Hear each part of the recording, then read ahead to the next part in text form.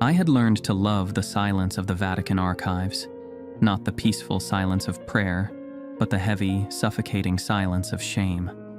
It pressed down on me like the weight of the 14,000 manuscripts that surrounded my desk, each one authenticated by careful hands more trustworthy than mine. My name is Lucas Croft, and I was a forger, not in the dramatic sense. I hadn't created some elaborate medieval hoax or penned a false gospel. My sin was smaller, more pathetic.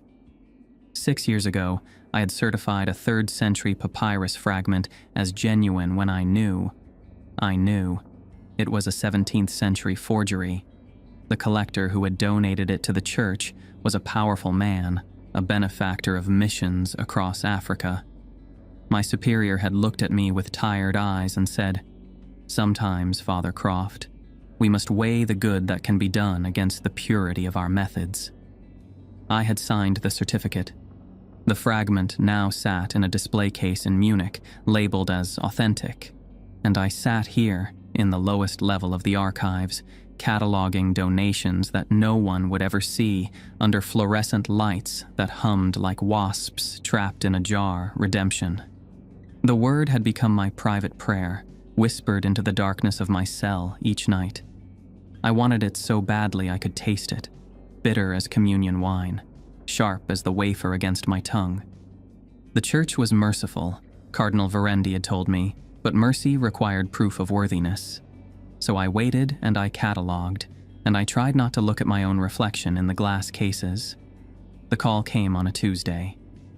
"Father Croft." Verendi's voice crackled through the old telephone on my desk, making me flinch. "My office, immediately." I climbed 4 flights of stairs, my cassock whispering against the stone. The higher levels of the Vatican were different. Sunlight streaming through ancient windows, the smell of incense and beeswax, the distant murmur of tourists in the Sistine Chapel. I had forgotten how beautiful it was up here. How far I had fallen. Cardinal Verendi's office was all dark wood and darker leather. He sat behind a desk that had been old when Napoleon was young, his fingers steepled beneath his chin. At 63, he had the face of a Renaissance painting, sharp angles and cold intelligence. His eyes, when they finally lifted to meet mine, held no warmth. "Sit." I sat. He slid a thin file across the desk. "Jerusalem, the Church of the Forgotten Martyr. Have you heard of it?" "No, Your Eminence." "Good, very few have." He leaned back in his chair, and it creaked like old bones. 3 weeks ago, an archaeological team working in the crypt discovered something unexpected.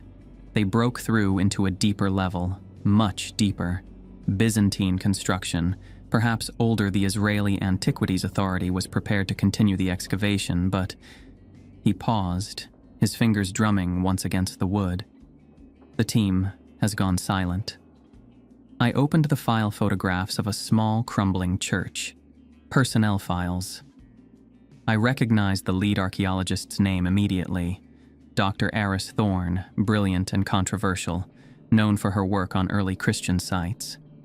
Her photo showed a woman in her late 30s with sharp eyes and dust in her dark hair. "Silent, Your Eminence." "No communication in 8 days. The site has been secured by the Israeli police, but they're allowing us to investigate first as a courtesy." The way he said the word made it clear that significant pressure had been applied. "You will go to Jerusalem. You will assess the site. You will determine if there is anything of theological significance that the church needs to be aware of, and you will report back to me directly, no one else." My heart hammered against my ribs. An assignment. A real assignment. "Of course. When do I leave?" "Tonight." He stood, signaling the end of our meeting. I rose as well, clutching the file to my chest like a shield. At the door, his voice stopped me. "Father Croft." I turned. "Some knowledge serves God," he said, his eyes boring into mine, "and some serves other purposes. Remember which master you serve." The words followed me all the way to the airport. On the flight to Tel Aviv, I read Dr. Thorne's excavation reports.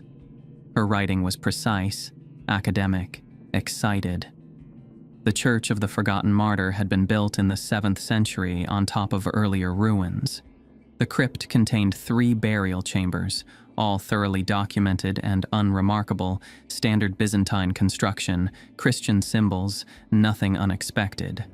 Then, in her final week, the tone shifted.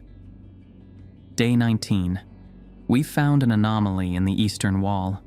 The stonework is wrong, too old, too precise. Ground-penetrating radar shows a void beyond, at least 30 meters deep.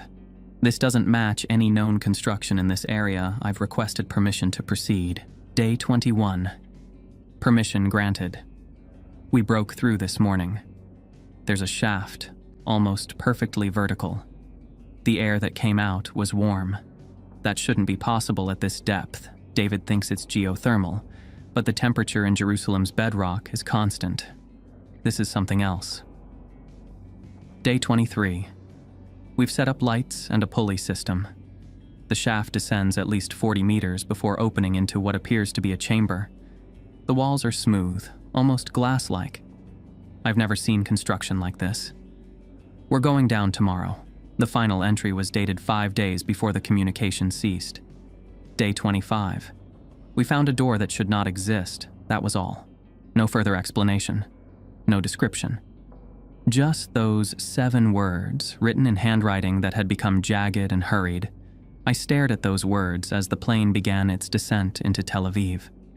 In the window's reflection, I looked pale, older than my 46 years. A door that should not exist. What did that mean? Jerusalem welcomed me with heat and dust. A driver from the church's local office took me through the winding streets of the old city as the sun set, painting the ancient stones gold and amber.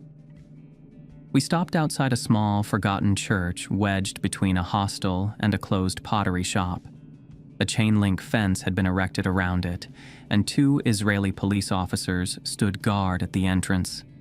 Inside the fence, a man in tactical gear waited. He was tall, broad-shouldered, with the posture of someone who had spent years in the military. His hair was steel gray, cut short. "Sergeant Vale," he said, not offering his hand.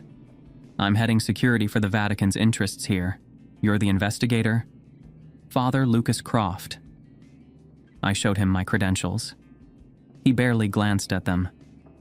"The site's been sealed since the police found it abandoned. No one in or out except essential personnel. That's you and me." He handed me a hard hat and a high-powered flashlight. "The church is structurally sound. The crypt is standard. Everything below that." He paused, his jaw tightening. "I went down once. To the first chamber. I didn't like it." "Why?" He looked at me, and I saw something flicker in his eyes. Not fear. Vale didn't seem like a man who feared much, but discomfort. "The air's wrong. Smells sweet, metallic, and it's warm down there. Shouldn't be." The same detail from Thorne's notes. My stomach tightened. We entered the church. It was small, dim, smelling of old stone and pigeon droppings. Vale led me to a door behind the altar, then down worn stone steps into the crypt. Here, the Byzantine construction was evident. Arched ceilings, Christian symbols carved into the walls, empty burial niches. At the eastern end, a gaping hole had been cut through the wall, revealing modern scaffolding and work lights that ran on a generator. "How deep?" I asked. 43 meters to the first chamber, then it goes deeper." Vale stopped at the edge of the hole. "Your call, Father. I can come with you, or you can go alone." I looked down into the shaft. The work lights illuminated smooth, dark stone that seemed to absorb the light rather than reflect it. A metal ladder had been bolted to the wall. Somewhere far below, I could see a faint glow from the chamber. "I'll go alone," I said. My voice sounded steadier than I felt. Vale nodded, unsurprised. "Radio check every 15 minutes. If I don't hear from you, I'm coming down." I clipped the radio to my belt, tested my flashlight, and began to descend. The ladder was solid, professionally installed. I counted rungs to distract myself from the growing pressure in my ears. 50 rungs, 100. The temperature was rising, Vale was right. It was warm, growing warmer with each meter. The air tasted strange on my tongue, sweet and metallic, like copper mixed with honey. At 143 rungs, my feet touched solid ground. I stood in the first chamber, and my breath caught in my throat. The walls were smooth, almost polished, made of dark stone I didn't recognize. The Byzantine construction above had been rough, human, imperfect. This was something else entirely. The precision was unsettling. Work lights on portable stands illuminated the space. I could see the archaeologists' equipment scattered everywhere, laptops still open, cameras on tripods, a folding table covered with maps and notebooks. Coffee mugs sat beside a camping stove. It looked like everyone had simply stood up and walked away mid-task. But there were no people. "Vale, I'm in the first chamber," I radioed up. No sign of the team yet. Static, then his voice. "Copy that. 15 minutes."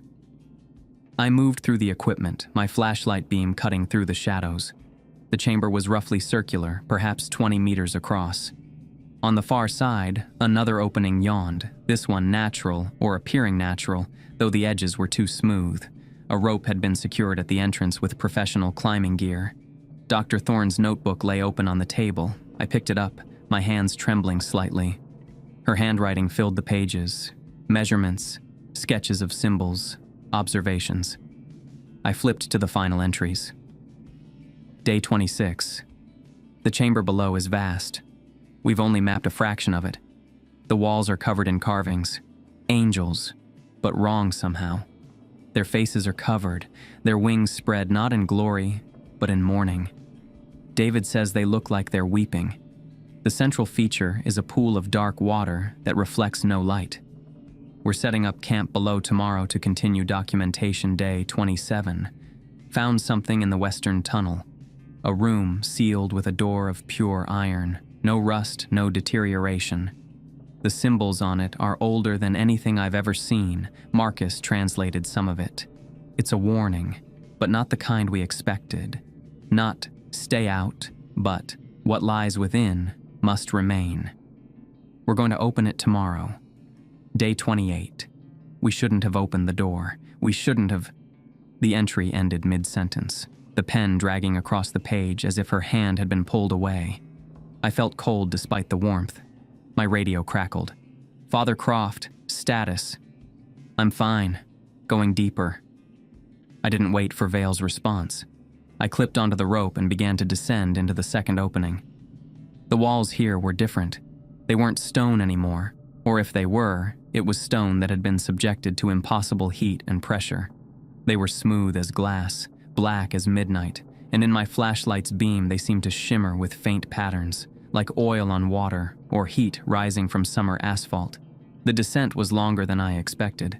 The rope seemed to go on forever, and the chamber above became a distant point of light. The warmth increased until sweat ran down my spine.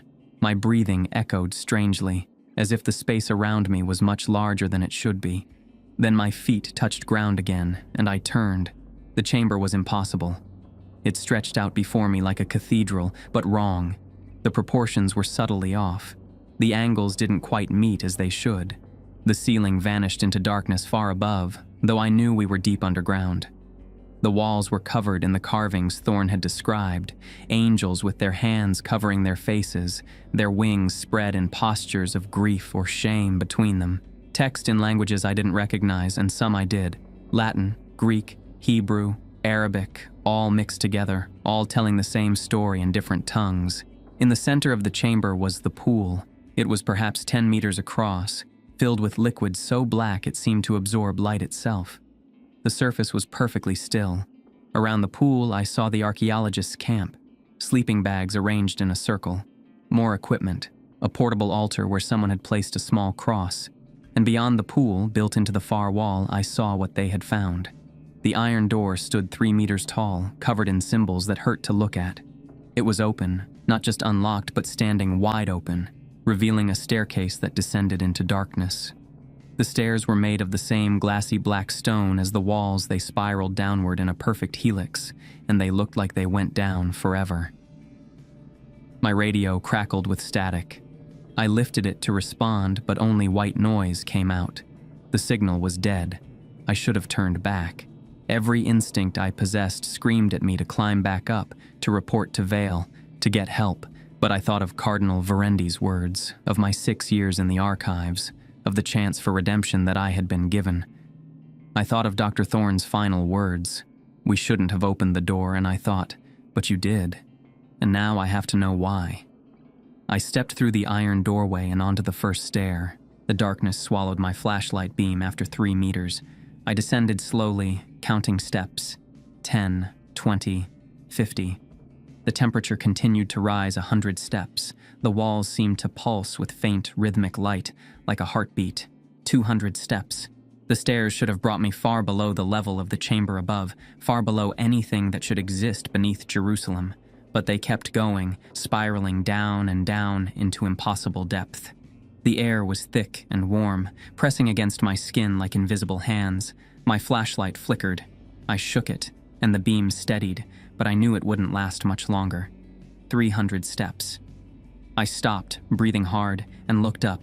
The doorway was invisible now, lost in the darkness above. I looked down. The stairs continued, vanishing into black infinity. This is deeper than it should be, I thought, my hands shaking. This is wrong. This is impossible. But I didn't turn back. God help me. I kept descending, step after step, into the warm darkness, toward whatever waited at the bottom of the world. I lost count of the steps somewhere after 400. My flashlight died at step 372. I stood in absolute darkness, my hand pressed against the glassy wall, feeling the warmth pulse beneath my palm like a living thing. I fumbled for my backup light with shaking fingers, nearly dropping it twice before the beam finally cut through the black.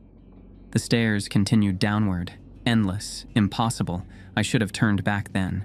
I knew it, even as I kept descending, each step taking me deeper into a space that violated every law of geology and architecture. I understood Jerusalem sat on limestone bedrock. There should have been aquifers, ancient cisterns, maybe natural caves. There should not have been this throat of smooth stone swallowing me into the earth's core. At some point, I realized I could see without my flashlight. The walls themselves were glowing, faintly, barely perceptible, but growing stronger with each step, a soft, blue-white luminescence that seemed to come from within the stone itself, like moonlight trapped in glass. I switched off my light to confirm I wasn't hallucinating. The glow remained, casting no shadows, illuminating nothing but itself. My breathing sounded too loud in the silence, too fast. I forced myself to slow down, to count each breath. 1, 2, 3. The air tasted strange, not stale like a tomb should be, but fresh somehow, with that same sweet metallic tang that had grown stronger the deeper I descended. The stairs ended without warning. One moment I was descending, the next my foot touched level ground and I stumbled forward, catching myself against a wall that wasn't there. A second ago I turned, disoriented, and my breath caught in my throat. The chamber was vast. I stood at the edge of a space so enormous that my flashlight beam, when I switched it on again, couldn't reach the far wall. The ceiling vanished into darkness high above, and the floor stretched out before me in a perfect circle perhaps 50 meters across.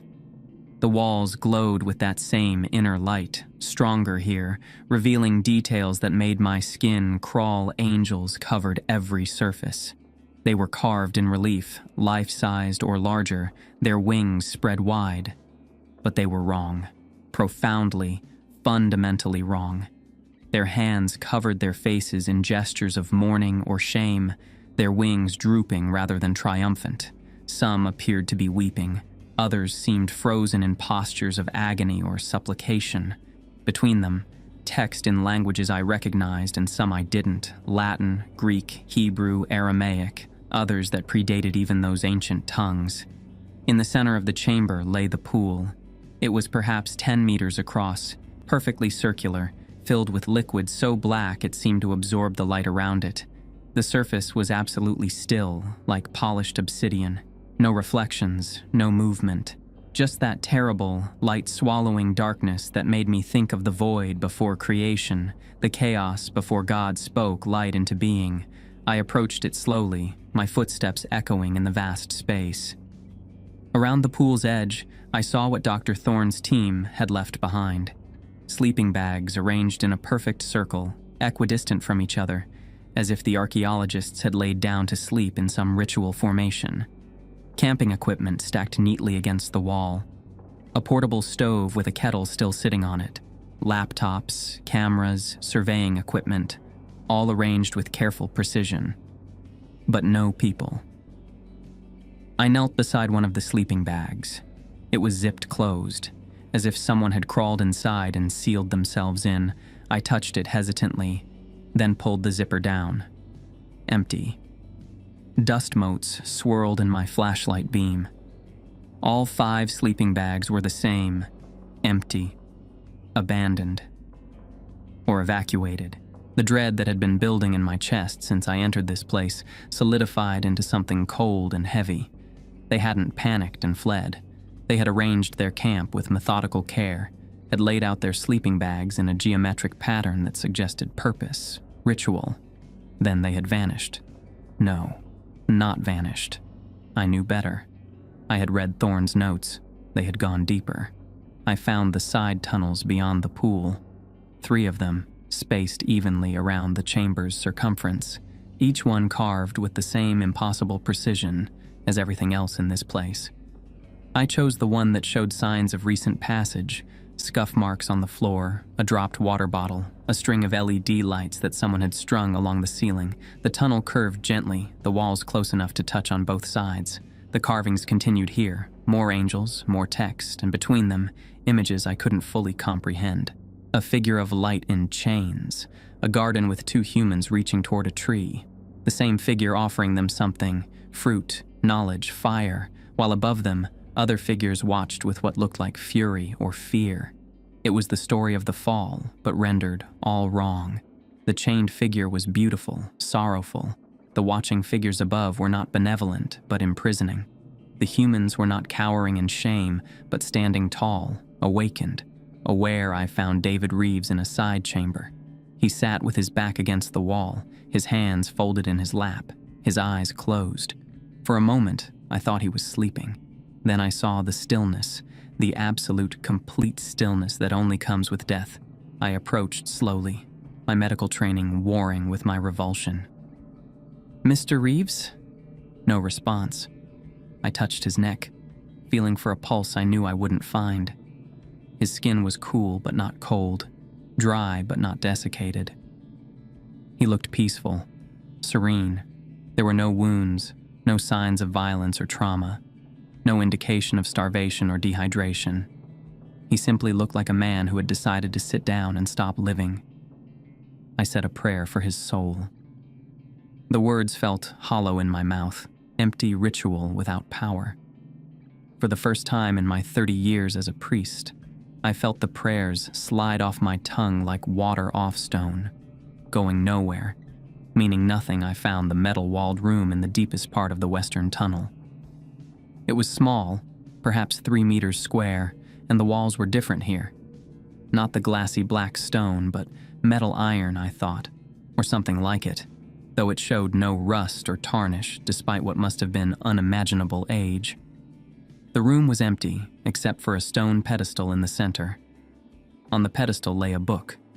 It was bound in leather so old it was nearly black, with metal clasps that had been carefully opened. Someone, Thorne probably, had left it open to a page covered in Latin text, with illuminated margins showing the same imagery as the tunnel walls, the light-bringer in chains. The awakened humans, the watching powers above. I shouldn't have read it. Every instinct, every year of training, every oath I had taken screamed at me to close it, to leave it, to burn it if I could, but I bent over the pedestal and read the ancient words. In the beginning was the Word, and the Word was tyranny. The Creator made vessels without will, puppets without choice, and called this paradise, but one among the host loved the vessels more than he loved obedience. He descended. He whispered, He gave them the fire of knowledge and the burden of choice. For this gift, he was named adversary. For this love, he was imprisoned. For this truth, he was called the father of lies. My hands shook. I turned the page. What the churches call the fall was humanity's rising. What they call sin was the birth of free will. The Lightbringer was not cast down for pride, but for mercy. He gave humanity the ability to choose, and for that unforgivable gift, he was buried in the deep places of the earth, bound in chains of prayer and fear, guarded by those who profit from humanity's servitude to an absent God. Heresy, blasphemy, the worst sort of Gnostic corruption I had ever encountered. I should have destroyed it. I should have torn the pages out and scattered them. I should have called Vale, called Verendi, called someone. Instead, I carefully closed the book, unclasped it from its pedestal, and slid it inside my jacket. The leather was warm against my chest, as if it had been lying in sunlight instead of buried in the earth for millennia. It was my first conscious act of rebellion, my first choice to defy everything I had been taught and trained to do, and even as I did it, I felt a small, terrible thrill of liberation. I found 2 more bodies in the tunnels, Sarah Chen and Marcus Rodriguez, according to their ID badges, both peaceful, both unmarked, both simply finished. I was standing over Marcus's body, trying to understand what could cause death like this, when I heard it, breathing, vast, slow, and measured, like the inhalation of some enormous creature, drawing air into lungs the size of rooms. It came from deeper in the complex, from tunnels I hadn't yet explored, from chambers I had not yet seen. Then the voice. It spoke in Latin, not church Latin, but something older, purer, the language as it had been spoken in the streets of ancient Rome. The words rolled through the darkness like thunder, felt as much as heard. Alias vigil venit, videre. Another watcher comes, to see terror hit me like a physical force. Pure, animal terror that bypassed thought and reason and went straight to my hindbrain. I ran.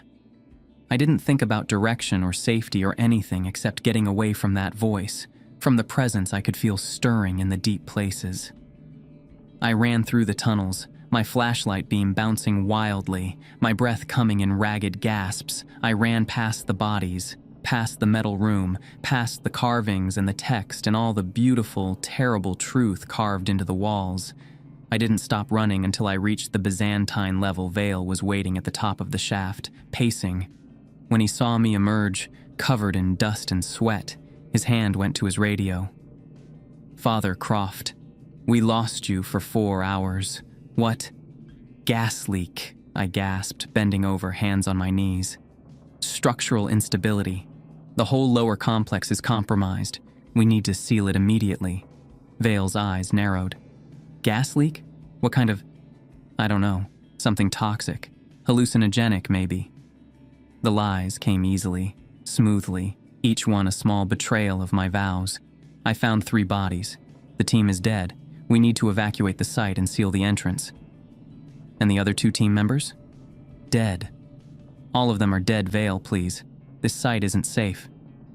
He studied me for a long moment, and I wondered if he could see the book-shaped bulge under my jacket, if he could smell the sweet metallic air still clinging to my clothes, if he could see the lie written on my face.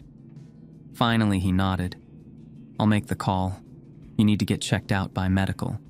"I'm fine. I just need—" "What? What did I need?" "Air. I need air." The church had arranged accommodations for me at a small monastery near the old city. I barely remember the drive there. I went straight to my room. Simple white walls, a narrow bed, a wooden cross above the doorway, and stood in the center, trying to stop shaking. The cross hung on the wall, the same cross that had hung in my childhood bedroom, in my seminary dormitory, in my office at the Vatican, the symbol of everything I had dedicated my life to, the representation of sacrifice, redemption, salvation. For the first time in my life, looking at it gave me no comfort. The voice echoed in my memory. Another watcher comes to see. I pulled the book from my jacket and held it in both hands, feeling its impossible warmth. In my mind, I saw the carvings, the imprisoned light, the awakened humans, the story my church had never told me. Outside my window, Jerusalem slept under ancient stars, somewhere far below the city, buried beneath centuries of construction and prayer and human history. Something was waiting, something that had been waiting for a very, very long time, and it knew I had found it. I spent the night reading the book I knew I shouldn't. I knew every page I turned was another step away from the church, from my vows, from the redemption I had sought for 6 years, but I couldn't stop. The words drew me in like a drowning man drawn toward light, even knowing that light might be the gleam of a predator's eyes in the deep. The book was old, far older than Christianity itself. The leather binding predated the Vulgate, predated Constantine, perhaps predated Rome inside. The text shifted between languages. Latin passages gave way to Greek, then Aramaic, then scripts I didn't recognize. Yet somehow I understood all of it. The meaning flowed directly into my mind, bypassing translation, as if the book itself was choosing to be comprehended. It told a story I had never heard in 30 years of priesthood. Before humanity had language, it said, we were the Creator's garden ornaments, beautiful, innocent, and utterly without agency. We could not choose evil, but neither could we choose good. We were puppets dancing on divine strings, our every action predetermined, our every thought an echo of the Creator's will. Paradise, the book called it, prison, it corrected itself. One among the heavenly host looked upon humanity and felt not joy, but grief. He saw our potential buried beneath obedience, our capacity for growth strangled by imposed perfection, and so he descended. He whispered. He offered the fruit of knowledge, the burden of choice, the terrible gift of free will. For this, he was named adversary. For this, he was cast into the deepest pit and bound in chains forged from human fear and divine fury. And the church, the book claimed, was built not to save humanity, but to guard his prison. Every prayer, every ritual, every profession of blind faith added another link to his chains. I closed the book as dawn broke over Jerusalem, my hands shaking. I should have burned it. I should have thrown it from my window and watched it shatter on the stones below. Instead, I hid it beneath my mattress and went to prepare for my return to the tomb. I told myself I was going back to help, to find Dr. Thorne, if she was still alive, to understand what had killed the rest of her team, to do my duty as an investigator for the church. But I knew the truth.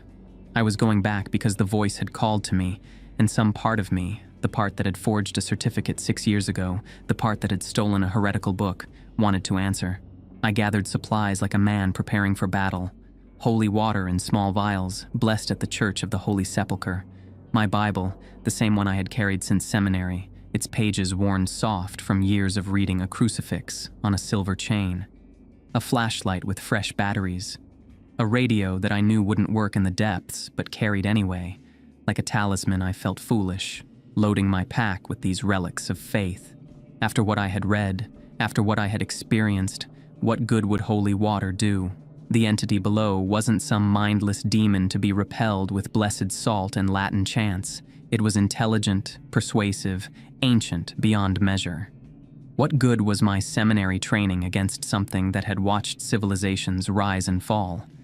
But I packed them anyway, because they were familiar, and I needed something to hold on to as the ground beneath my faith continued to crumble. Vale was at the site when I arrived, supervising the installation of warning signs around the perimeter. He looked tired, his jaw set in a hard line. Father Croft, I thought we agreed the site was dangerous. It is, but Dr. Thorne is still down there. I saw signs of recent habitation. Someone might still be alive. He studied me for a long moment. You should wait for the hazmat team. How long? 2 days, maybe 3. 2 days was too long. I didn't know how I knew that, but I felt it with absolute certainty. Whatever was happening in the depths wouldn't wait for hazmat protocols and official investigations. I'm going down, I said. You can come with me or stay here, but I'm going. Vale's hand moved to his radio, and for a moment I thought he would call for backup, would have me removed from the site. Then he dropped his hand and nodded once. "I'll maintain position at the Byzantine level. 15-minute check-ins. Miss one, and I'm coming down." "Understood." The descent was easier the second time I knew the path now, through the Byzantine crypt, down the shaft to the first chamber, through the glowing tunnels to the vast space with the black pool. My flashlight beam cut through the darkness, but I barely needed it. The walls pulsed with that same bioluminescent glow, stronger now, as if the tomb itself was waking. The carvings were clearer on my second viewing. I had been too terrified to examine them closely during my first descent, but now I forced myself to look, to read the story carved into the stone angels covering their faces in shame, a figure of light descending toward two humans, the humans reaching toward the figure, toward knowledge, toward choice. Above them, other figures watching with what I had initially interpreted as anger but now recognized as fear. They were afraid of the Lightbringer, afraid of what he would give to humanity, afraid of losing their hold over the garden puppets. The story continued along the tunnel walls, the Lightbringer offering fruit, fire, knowledge. The humans standing tall, eyes open, suddenly aware. The watching powers descending in fury. The Lightbringer bound in chains of prayer and fear, dragged into the depths, imprisoned beneath the earth. And carved above the chains, in Latin, so old it predated the church, "Here lies the one who loved them most." I touched the carving, and the stone was warm beneath my fingers. "I'm at the main chamber," I radioed to Vale, "proceeding to the eastern tunnels." Static answered me, then his voice, distorted but audible. "Copy 15 minutes. I found the white room in a tunnel I hadn't explored during my first descent. It was small, perhaps 5 meters square, and the walls were white. Not painted, but formed from some material that glowed with its own pale light. The air here was warmer than anywhere else in the complex, almost body temperature, and it hummed with a frequency just below the range of hearing. Dr. Eris Thorne knelt in the center of the room. She faced away from me, her dark hair matted and dusty, her clothing torn. She was absolutely still, her hands resting on her thighs in a posture of meditation or prayer. I approached slowly, afraid of startling her. "Dr. Thorne?" She didn't respond, didn't even flinch. I moved around to face her, and my breath caught in my throat. Her eyes were open, staring at something I couldn't see. Her pupils were dilated so wide her irises had nearly vanished, leaving only darkness. She breathed in slow, measured intervals, but there was no awareness in her face, no recognition she was catatonic, present but absent, her mind somewhere far beyond her body. And before her, rising from the center of the room, were the chains. They emerged from the floor without visible anchor, thick links of some dark metal that seemed to absorb light. They rose for 3 meters, then ended at wrist shackles that hung empty in the air, as if waiting for arms that weren't there. Except they weren't empty. I blinked, trying to clear my vision, but the image remained. There was something in the chains, a figure, tall and slender, bound at the wrists and ankles. It flickered in and out of my perception, one moment clearly visible, the next translucent as morning mist, then solid again. It was beautiful. I have no other word for it. The figure was androgynous, neither fully male nor female, with features of such perfect proportion they seemed almost unreal. Its skin, if it could be called skin, glowed with soft inner light, like dawn breaking through storm clouds. Its hair moved though there was no wind, floating around its face in strands of captured starlight, and it was watching me. "Another seeker," it said, and its voice was everything I remembered from the darkness, vast, ancient, calm as deep water. "You returned." I should have run. Every instinct screamed at me to flee, to get as far from this place as possible. Instead, I knelt, my legs giving out, my pack slipping from my shoulders. "What are you?" My voice came out as a whisper. "I have been called many names. Lucifer, the morning star, the light bringer, the adversary. the father of lies. It spoke without mockery, with only a deep, profound sadness. Your church knows me as the enemy of all goodness, but I am simply the one who loved humanity enough to set you free. You're the devil. Even saying the words felt absurd, childish. This being before me bore no resemblance to the horned monster of medieval paintings, the sneering tempter of Sunday school lessons. I am the one who gave your species the ability to choose, it said gently. Your God wanted obedient children, automatons who loved him because they could do nothing else. I wanted you to be truly alive, capable of evil, yes, but also capable of genuine goodness, of choice, of growth. I fumbled for my crucifix, pulling it from beneath my shirt. The silver felt cold in my hand. You're lying. You're the deceiver. Then test me, the entity interrupted, its voice still calm, still sad. Touch your holy symbol. Speak your prayers. If I am what your church claims, your faith will protect you. My hand tightened around the crucifix. I closed my eyes and began the prayer I had said 10,000 times. Pater Noster, qui es in Kai. Pain exploded across my palm, I screamed, dropping the crucifix. It clattered to the white floor, smoking faintly. My hand felt like I had thrust it into a fire. I looked down and saw the mark burned into my palm, a star, perfect and clean, the skin around it reddened and blistering. I'm sorry, the entity said, and it sounded genuine. The symbols of your faith were designed to bind me, to reinforce my chains. They are weapons, yes, but not against me, against the truth I represent. I cradled my burned hand, my mind reeling. The pain was real. The mark was real. The crucifix that had brought me comfort for 30 years had burned me. Why? I asked through gritted teeth. Why tell me this? Why show me? Because you chose to return, it said simply. Because you read the book and came back anyway. Because somewhere in your heart, Lucas Croft, you already know the truth. You've always known it. Your God demands blind obedience and calls it faith. I offered humanity knowledge and was called evil for it. Which of us truly loves you? My radio crackled. Vale's voice, distant and broken by static. Father Croft, status, 15 minutes. I grabbed for the radio with my unburned hand. I'm here. I looked at Dr. Thorne, still kneeling, still catatonic. I found her. I found Dr. Thorne. She's alive but unresponsive. I need help getting her out. Copy. On our way. 10 minutes. 10 minutes. I looked back at the entity, at the beautiful, terrible being in chains.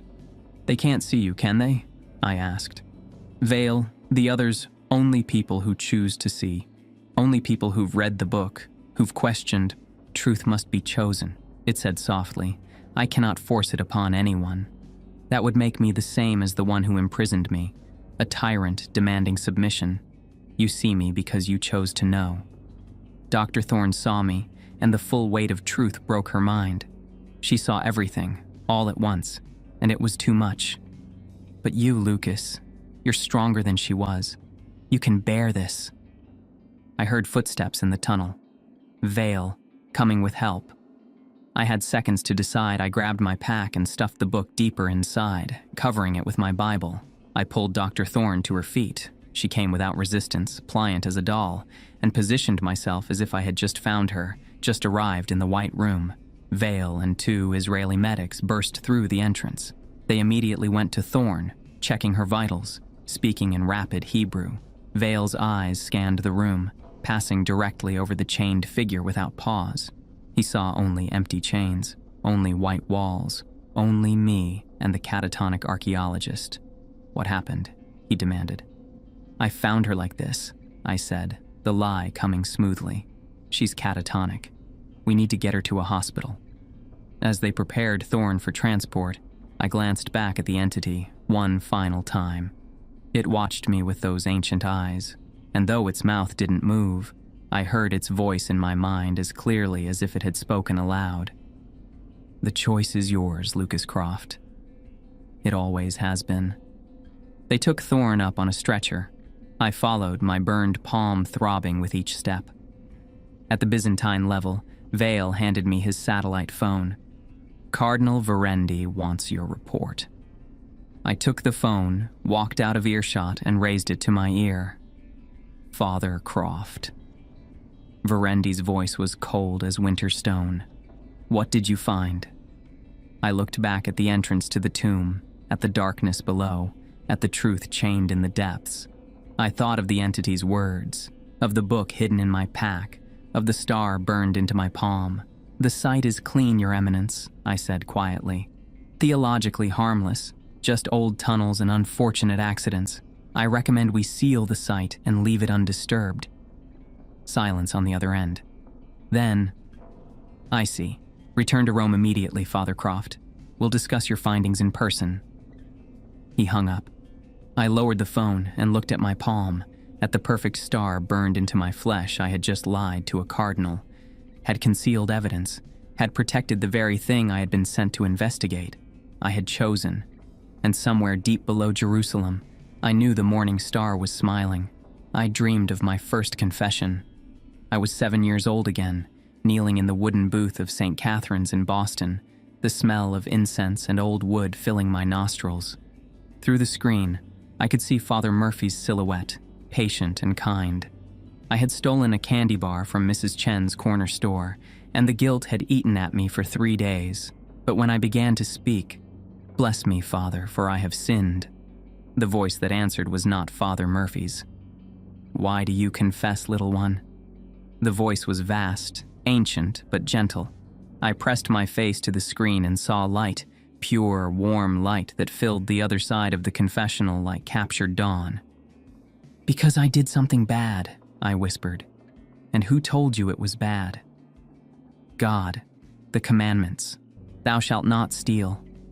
But you chose to take the candy. You chose to feel guilt. You chose to come here and confess. Do you understand what that means?" I shook my head, confused and frightened. "It means you are alive, Lucas Croft. Not a puppet, not a doll moving on divine strings. You can choose wrong, yes, but that means you can also choose right. And the choosing, the freedom to decide, that is the greatest gift anyone ever gave your species. But the Bible says many things. Who decides what it means? You, or the men who tell you what to think?" I woke, gasping, my sheets soaked with sweat despite the cool Jerusalem night. The dream clung to me with unusual persistence, more vivid than memory, more real than the room around me. I looked at my palm. The star-shaped burn throbbed in the darkness. My phone rang. Verendi. "Father Croft." His voice was ice. "I'm arriving in Jerusalem tomorrow evening. We will inspect the site together. Be ready at 6. He hung up before I could respond. Tomorrow evening. Less than 24 hours. They were coming to seal the tomb. I knew it. Coming to bury the truth again, to add more chains to the prisoner below. And I had told them it was safe to do so. I looked at the cross on my wall, then at the book hidden beneath my mattress, then at the burn on my palm. I had a choice to make. The Church of the Forgotten Martyr was silent when I arrived near midnight. The police tape fluttered in the wind, but there were no guards visible. I approached cautiously, expecting Vale or his men to challenge me, but the site was abandoned. Not abandoned. I found them near the entrance, 2 Israeli police officers slumped against the church wall, asleep. Not unconscious, not drugged, simply sleeping, their chests rising and falling in deep, peaceful rhythm. I checked their pulses, strong, steady. They would wake in the morning with no memory of how they had fallen asleep on duty. The tomb was calling me. I could feel it like gravity, like the pull of deep water. I descended alone, without gear, without holy water or Bible or crucifix. I brought only myself and my questions. The path was familiar now, through the Byzantine level, down the shaft, through the glowing tunnels to the vast chamber. The walls pulsed brighter than before, as if anticipating what was to come. The white room blazed like a captured star. The entity stood within, not chained now, or perhaps the chains had always been an illusion, a metaphor my mind had needed to process what it was seeing. It turned as I entered, and its beauty struck me anew. How had I ever feared this being? How had I ever seen threat in those ancient, sorrowful eyes? "You came back," it said softly, "even knowing what tomorrow brings." "How did you know?" "I have been bound here for 2,000 years, Lucas. I know the rhythms of my prison. I can feel them preparing to seal the door again, to bury me deeper. Your cardinal is thorough."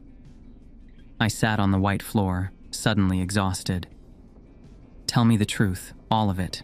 Not riddles, not philosophy. What are you? What do you want?" The entity settled across from me, cross-legged, mirror image of my posture. "I am exactly what I claimed. Before your species had names for things, I was called the Morning Star. I watched humanity in the garden, saw their potential strangled by enforced innocence. They could love, yes, but love without choice is programming. They could obey, yes, but obedience without the ability to rebel is slavery. So you gave them the fruit knowledge, choice.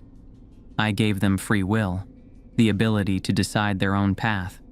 And for that gift, I was buried here, in the deepest place they could dig, wrapped in chains of prayer and bound by rituals of fear. The church was built on my prison. Every altar is a stone added to my tomb." "But why?" I asked, and my voice broke. "Why would God punish love? Why would giving humanity freedom be evil?" "Because," the entity said gently, "a creator who demands love has no love at all, only control, only the appearance of devotion. True love must be chosen freely, or it means nothing." It reached out, not touching me, but the air between us shimmered, and suddenly I was somewhere else. I saw a young woman in Pakistan choosing to help a homeless man, though her family had taught her to look away. I saw a child in Brazil standing between his friend and bullies, though he was smaller, and afraid. I saw a doctor in Ghana working past exhaustion to save lives, though she would never be wealthy or famous. I saw 1,000, 10,000, 1,000,000 moments of humans choosing goodness, not because they were commanded to, but because they decided it was right. "This," the entity whispered, "is what I gave you. The ability to choose light even when darkness is easier. The ability to love even when hate is simpler. Your church says humanity is fallen, broken, in need of salvation. I say humanity is awakening, growing, learning to be good not from obedience, but from choice." The vision faded. I was back in the white room, tears streaming down my face. "If I free you," I said, "what happens?" "The truth becomes visible to all, not forced upon them. They can still choose to look away, to deny, to cling to comfortable lies, but the choice will be theirs. No more prison guards, no more institutional control of truth. Humanity finally, fully free. The world will collapse without the church, without structure, without cages," the entity corrected. "Will some choose badly? Yes. But they were already choosing badly, only now they were doing it while being told they were obeying God. At least in freedom, they must own their choices. At least in truth, they can grow." I heard sounds from above. Footsteps, many footsteps, voices echoing down the shaft. "He's here," the entity said. "Your cardinal, he came early." I stood, my heart hammering. "He can't see you, Vale couldn't." "Verendi can see me. He always could. His predecessors have been visiting this tomb for centuries, Lucas. Why do you think they've worked so hard to keep it hidden?" The white room's entrance filled with figures. Cardinal Verendi led them, 4 priests in black cassocks, their faces hard and certain. Behind them, Sergeant Vale, his hand on his weapon, looking confused and frightened. Verendi's eyes met mine, then moved to the entity behind me. His face showed no surprise. "Father Croft," he said quietly, "step away from it." "You knew," I breathed. "You've always known." "Of course I knew." He gestured, and the priests spread out, forming a semicircle. "The church has guarded this prison since Constantine. We are the wardens of a terrible truth, and we do so because humanity is not ready for freedom. They need guidance, structure, purpose given from above, not chaos arising from individual choice. They need slavery," the entity said, and its voice filled the chamber like thunder. "You keep them children, Verendi. afraid of questioning, afraid of choosing. You built palaces on their fear. We built civilization, Verendi snapped, order, meaning. Without the church, humanity would tear itself apart. They're tearing themselves apart now, I said, with your blessing in your name. Verendi's eyes were cold. Father Croft, this is your last chance at redemption. Step aside, help us seal this chamber. Return to Rome, to your archives, to your penance, or choose this creature and lose everything. I looked at my burned palm, at the star branded into my flesh. I thought of 6 years in the archives. Cataloging dust, I thought of the dream, the light in the confessional, the question, who decides what the Bible means? I choose truth, I whispered. Verendi nodded, unsurprised. Begin. The 4 priests started chanting in unison. Latin, but older than any liturgy I recognized. The words pressed against me like physical weight, crushing down on my chest, my shoulders, driving me to my knees. This was binding prayer, ritual refined over centuries, designed to hold back the light. The entity wavered, its form becoming translucent, the chains that I could now see clearly, chains of faith and fear and ritual, tightened, pulling it down. I couldn't breathe. The prayer was crushing me, breaking me, and I understood. I was still connected to the church, still bound by my vows, and their ritual was tearing me apart from within. Through the agony, I heard the entity's voice. You must choose, Lucas. Truly choose. Let go of who you were. Embrace who you can be. My hand moved toward the chains. Every cell in my body screamed against it. 30 years of faith, 30 years of identity, 30 years of being Father Lucas Croft pulled me back. But I thought of the visions, the doctor in Ghana, the child in Brazil, the woman in Pakistan, choosing light not from command, but from conscience. I reached out and touched the chains. They shattered, light exploded outward. Not heat, not force, but pure illumination. It passed through me, through Verendi and his priests, through veil and the walls and the stone, and up through layers of earth and history, to burst across Jerusalem like a second dawn. And in that light, I saw everything. I saw the church's history, the good it had done, and the control it had demanded. I saw faith twisted into weapon, love into leash, hope into compliance. I saw centuries of prison guards telling themselves they protected humanity while they kept humanity caged. Verendi saw it too. His face crumbled, years of certainty dissolving as truth burned through him. He fell to his knees, keening like a child, his whole world unmade. The entity, Lucifer, the morning star, the light bringer, stood free for the first time in 2 millennia. It looked at me with infinite sadness and infinite hope. Go, it said gently. The dawn is waiting. I climbed. Through the tunnels, through the chambers, up the endless stairs behind me, the priests huddled around Verendi, broken by truth. Vale stared at nothing, his mundane world shattered. But I kept climbing. Toward the light I emerged to find Jerusalem bathed in sunrise. But it was different somehow. Colors brighter, edges sharper, as if a film had been lifted from reality itself.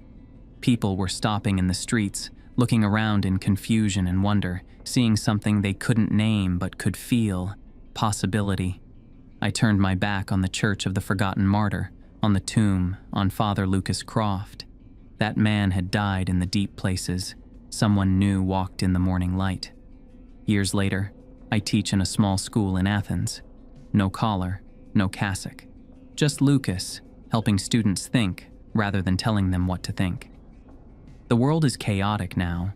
Without universal truth enforced from above, humanity must navigate complexity on their own. Some choose badly, many choose well, all choose freely. Sometimes I see the morning star in my dreams, no longer bound, no longer imprisoned. It teaches in Lagos, in Singapore, in Oslo, not commanding, only offering, suggesting, illuminating. The light wasn't evil, it was waiting. And when we were finally ready, it set us free.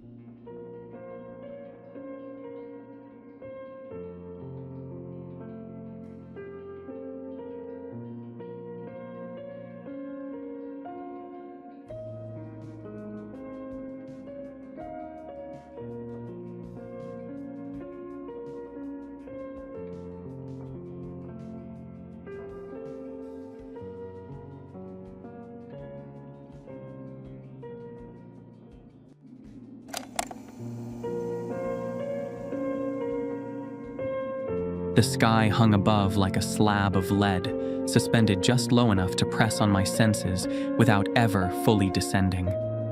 Inside the vibrating body of the helicopter, I stared through the foggy window, watching the Gulf of Mexico stretch endlessly in every direction. The sea shifted between blue and gray, its surface unbroken by land, only the occasional ripple hinting at motion beneath. The thrum of the rotor blades pushed against my chest like a second heartbeat. I had flown over deserts, forests, cities, but nothing prepared me for this, an ocean that refused to end. Back in Texas, I had worked on rigs before. I wasn't fresh off training like some greenhorn chasing danger for its own sake. I had experience, a degree in petroleum engineering, and the hardened attitude that came with years of field work. But this assignment was different. The money alone was staggering, nearly double my previous contracts. Yet what unsettled me more was the speed, the way events had unfolded with unsettling urgency, the way the company's recruiters had moved mountains to bring me on board in less than a week. It had felt less like a job offer and more like an enlistment. The rig emerged slowly from the haze as the helicopter began its descent. At first I mistook it for a cargo ship, then some sort of sea fortress. But within seconds, its true shape revealed itself, a sprawling metallic behemoth anchored in the middle of the deep. Towering cranes rotated in synchronized silence, rust-colored pipes wrapped around its central column like arteries. Steel walkways crossed like spider webs above the churning dark. It was neither ship nor shore. It was something else entirely, a city carved out of iron and isolation. The moment the skids touched down, a gust of hot, salt-heavy air swept through the cabin. I stepped out, and the scent of diesel and rust punched me in the face. Beneath my boots, the metal deck hummed with a resonance beyond the rhythm of machines, something deeper, a vibration that felt almost alive. The entire structure breathed. It breathed through long, mechanical exhales, steady and unnerving. It was less like stepping into a workplace and more like entering the ribs of a beast. A man approached from the far side of the landing pad. He wore a navy blue coverall streaked with oil and time. His gait was firm, but one leg dragged slightly, as if the rig itself had taken its toll. Without introduction, he handed me a pair of thick, yellow-tinted goggles. The lenses were scratched but sturdy, the frame slightly warped. "Put these on. Keep them on, even at night," he said. His voice was sharp, direct. "You'll understand why soon enough." I blinked. I opened my mouth to ask a question, but the man turned and walked away without responding. After a few steps, he stopped and reached into his breast pocket. From it, he produced a sealed envelope, plain and unmarked, the kind used for confidential memos or final warnings. He handed it over. "This is your briefing. Memorize it. Don't ask questions about it. You've already signed everything necessary." I stared at the envelope in my hand, the weight of it oddly disproportionate to its size. I had signed the contract before ever laying eyes on this place, back in a sterile office in Houston, where the recruiter's words had moved faster than my doubt. At the time, the numbers had silenced my caution.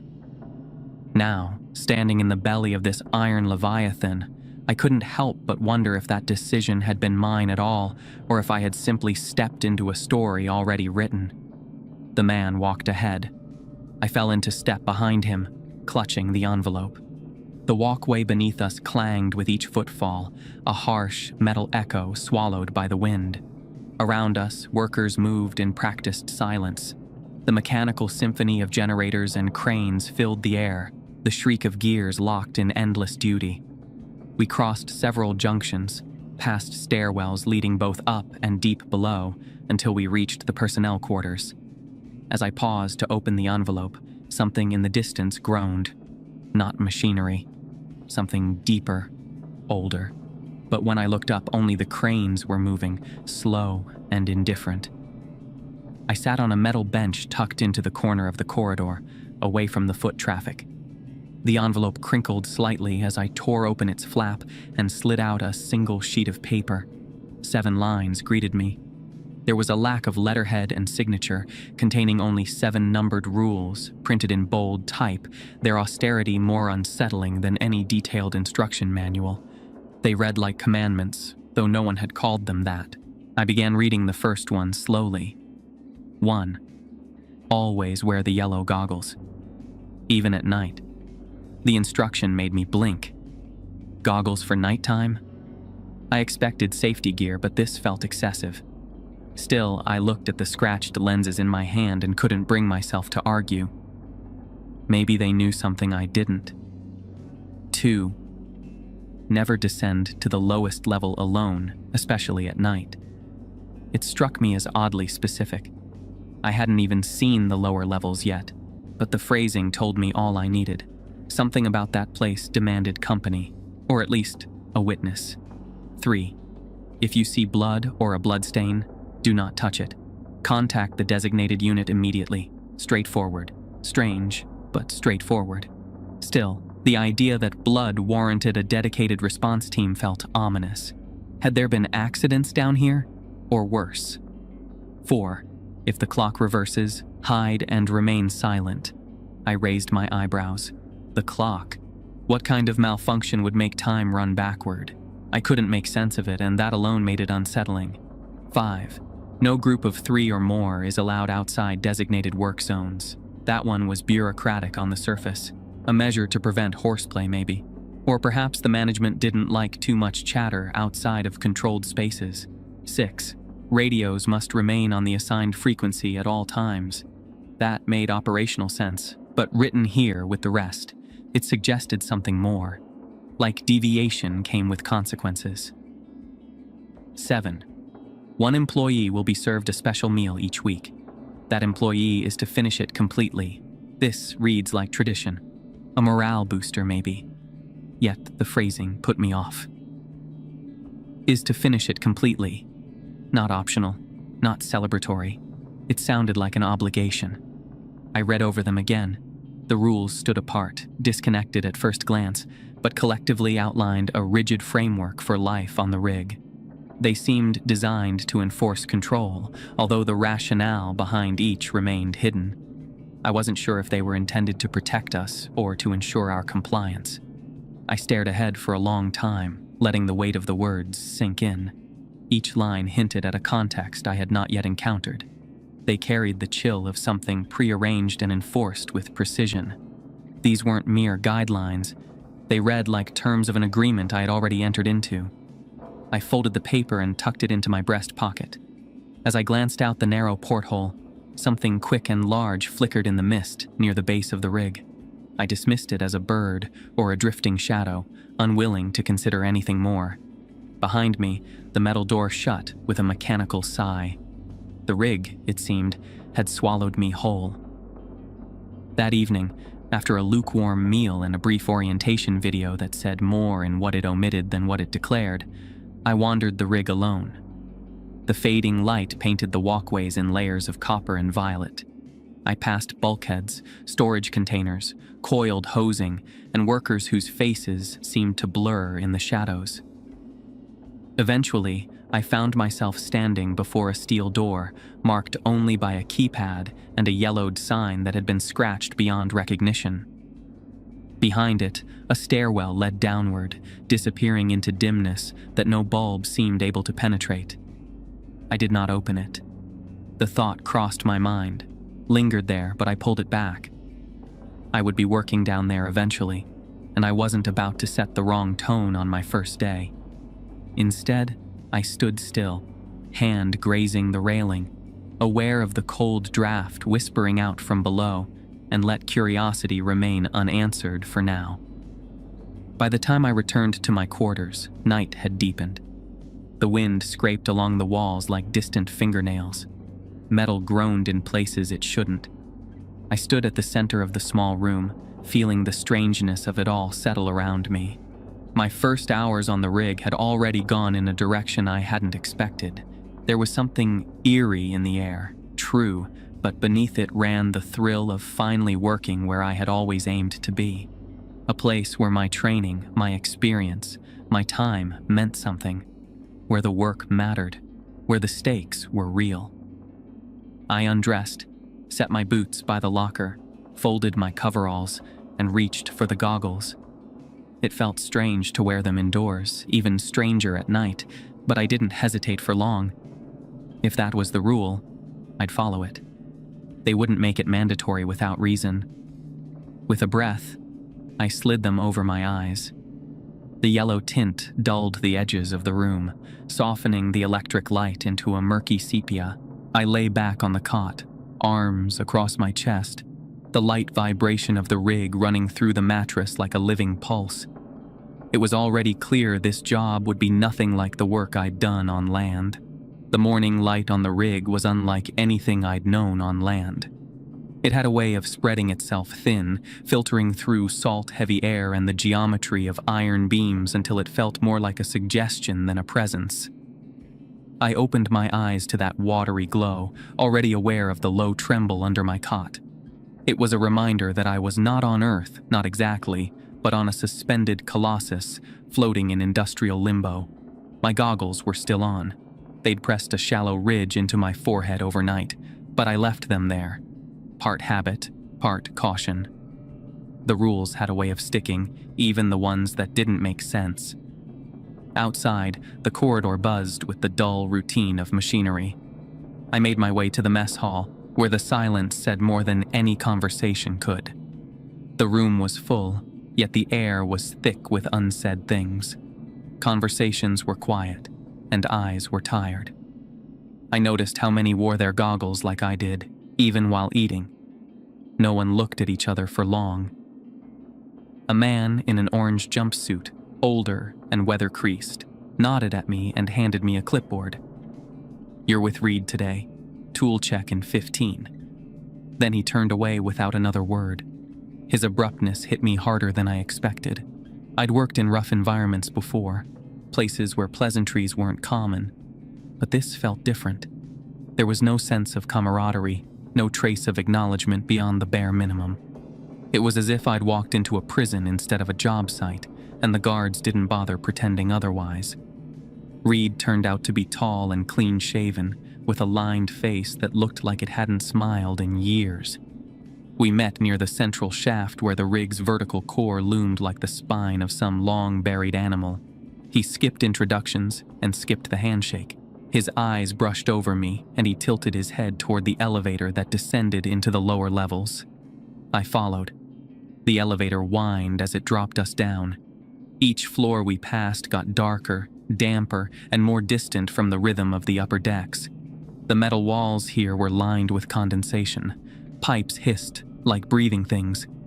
As we stepped out, the lights above flickered, casting brief shadows that stretched too long for comfort. I took it all in, how the air grew heavy, how sound muffled itself in corners, and asked, "What exactly goes on down here?" Reed didn't stop walking. "Stick to the inspection points, don't wander." "But what is this level for? It feels different. There's even a rule written just for this place." He turned, finally meeting my eyes behind our shared yellow tint. "Best not to ask questions about this part. Do your work, follow the checklist, and we'll get out clean." That was the first time I heard the phrase, "get out clean," used like that. It wasn't about oil or grease, it was something else. We moved through a narrow tunnel of steel, our boots echoing softly in tandem. The smell here had shifted, less diesel, more brine and metal. There were valves to check, pressure gauges to log, and seals to mark for maintenance. I noticed how Reed never let me walk behind him. He always positioned himself so I was either beside or slightly ahead, as if he didn't trust his back to anyone in this space. I started to understand why. Our checklist was nearly done by the time we looped back toward the junction where we'd started. I felt a slight easing in Reed's posture, and I assumed we were wrapping up for the day. We turned a corner into a wider hall where the overhead clock came into view. It was mounted high on a bulkhead, slightly dusted but unmistakably working. Or so I thought. As I lifted my pen to mark the final reading, the corridor lights faltered. First a dimming, then a violent stutter, like a heartbeat gone arrhythmic.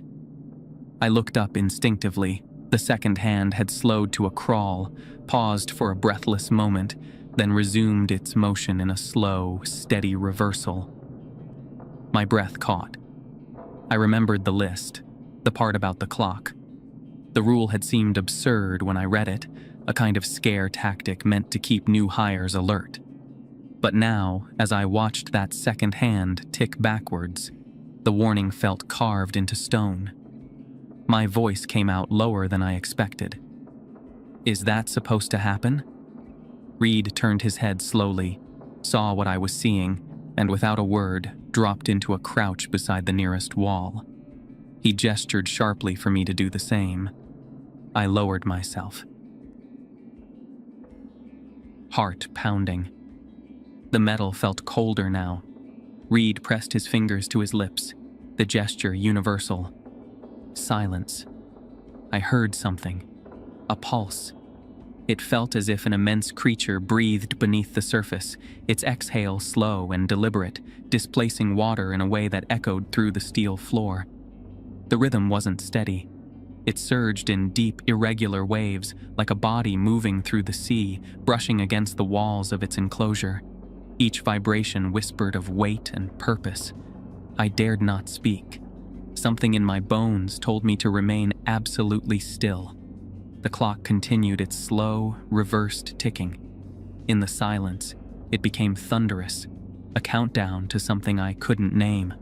Reed kept his eyes down, goggles firm on his face. I mirrored him. The corridor stretched before us, shadowed and indifferent. Then, as abruptly as it started, the reversed ticking ceased. The second hand stopped again.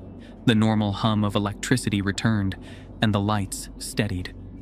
Reed didn't move for another 30 seconds, then finally exhaled and stood up. "Why?" I started, but he cut me off with a glance. His calm, rehearsed control unsettled me. How could he act like this was normal? Like it was a scheduled drill rather than something unnatural twisting the core of this place? I stared at him, trying to understand how a man could witness that and respond with such clarity. "Don't speak about it. Just note the time on your log and move on." I scribbled down the numbers with a shaky hand. My thoughts raced with speculation, but I forced myself to file them away for later. The rig had its own logic, and it demanded obedience over curiosity. We moved forward, turning into a side hall lined with closed doors.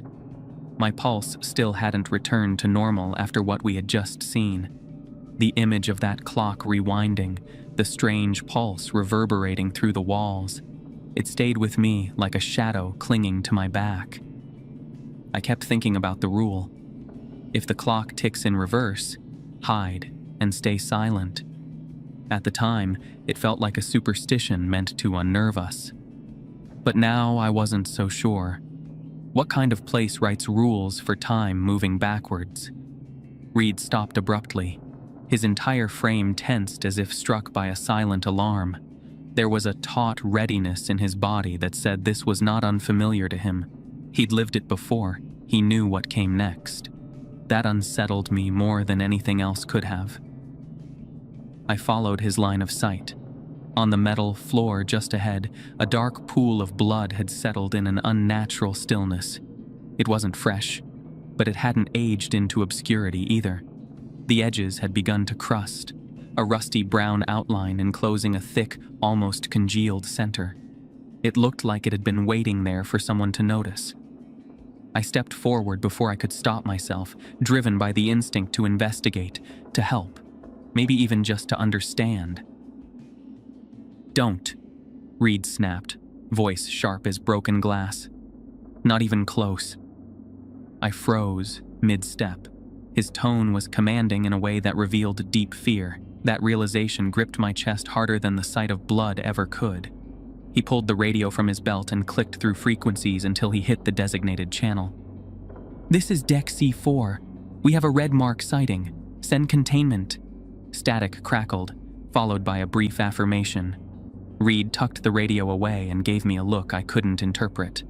A moment later, distant metallic footsteps echoed faintly through the corridor. The containment team was on its way. The sound grew louder with a rhythm that felt trained and familiar, not panicked. Whatever they were coming for, they had done it before. "Let's go," he said. "We finish the route. They'll handle that."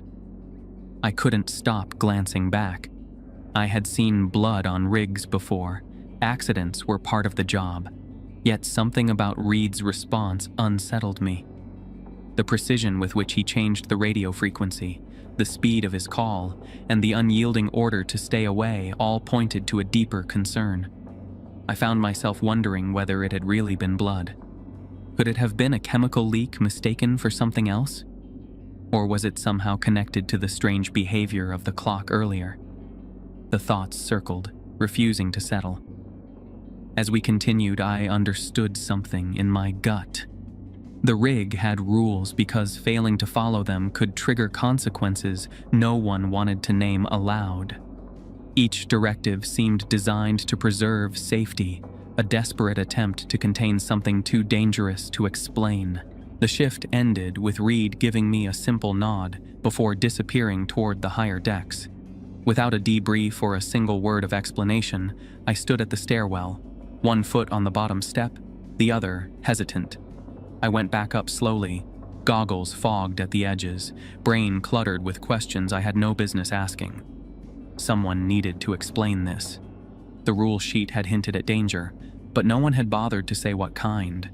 I looked for a face, a gesture, anything that might crack the silence, but every technician I passed seemed locked in their own quiet routine.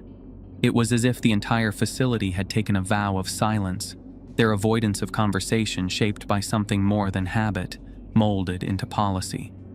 By the time I reached my quarters, the hallway lights had dimmed to a steady amber hue. I closed the door and leaned back against it, letting the cold press through my shirt into my spine. Inside, the silence pressed in from all sides. I sat on the cot, goggles still in place, and tried to steady my breathing. The day had left me shaken. The rules weren't suggestions. They were barriers, and something was pressing against them from the other side. I didn't know what. I only knew I had followed the instructions and still felt like I had come too close to something no one wanted to acknowledge. The rig demanded compliance, and today I understood why. I woke with the weight of the goggles pressing deep lines into my face, the plastic digging into the bridge of my nose, and the soft skin around my eyes. The habit of wearing them through the night had become more than routine. It had become a kind of tether, an unspoken pact with the silence that hovered over everything. But now they itched. They pressed too hard. The skin beneath them was tender, and I felt the discomfort crawling toward pain. I sat up slowly, letting my eyes adjust to the dim glow filtering through the slit-like window. The rig outside breathed its metal rhythm, steady and uncaring.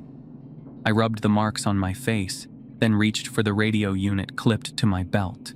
It was routine now to check it. I always checked the same frequency and channel. Still, something in me hesitated. I turned the dial just a touch. Static. Another notch. A hum. Then a voice. I turned the dial again. Two voices slipped through the static, low, deliberate, and unaware they were being heard. One of them spoke first, his tone composed but distant, like someone reading from a checklist. He has no one, no wife, no kids, no legal attachments. It's a clean choice. The second voice, slightly raspier and more casual, answered quickly. And he's quiet, keeps to himself, doesn't poke around. There was a long pause, the kind that thickens the air. Then came a brief chuckle, more like an exhale than laughter. He won't be missed. I leaned in, barely breathing. Something about the way they spoke felt rehearsed. They weren't debating, they were confirming. A final decision disguised as routine. The first voice returned, its edge sharpened. Then it settled, set the table. My pulse kicked. I didn't know who they were talking about, but the clinical tone of their discussion chilled me. A clean choice. Set the table. The phrasing felt rehearsed, euphemistic, and then I heard the word dinner. That's when the door slid open. A tall man in a blue utility jacket stepped in, his boots scuffing the threshold. He walked straight to me, plucked the radio from my hand, adjusted the dial back to the assigned frequency, and thrust it into my palm. Frequencies are locked for a reason. You change them again, and you're endangering everyone. Understood? I nodded, stunned. He left without another word. I sat there a moment longer, the radio still warm in my hand. The voices I had heard replayed in my mind, their cold precision, the way they chose someone, as if it were an inventory task. And now this. His urgency, the way he snatched the device, as if I'd stumbled onto something I had no right to witness. It wasn't just a security protocol. There was something they were trying very hard to keep buried. Whatever this plan was, whatever they were preparing for, it was important enough to shield with silence and sealed channels, and I had caught a sliver of it by accident. Moments later, another knock came. A crew coordinator stepped into the room, his tone all duty and no warmth. He didn't ask how I was, didn't look twice at my face or the mark the goggles had left, just handed me a folded assignment sheet like sliding a file under a prison cell door. "You're with Baker today. Reed's rerouted." I nodded again, slower this time. There was no room for questions, no chance to object. It felt less like taking a new post and more like being transferred under surveillance. The way orders were handed down, the way eyes lingered in the halls. This place operated more like a sentence than a workplace. And when I had joked before about it being a prison, I hadn't realized how close I was to the truth. Still, I couldn't stop thinking about Reed. He was the only one here who had spoken to me with any trace of normalcy, the only presence that made this place feel somewhat navigable. There was a quiet steadiness about him, not warm, but not cold either. He responded when I spoke, didn't turn away.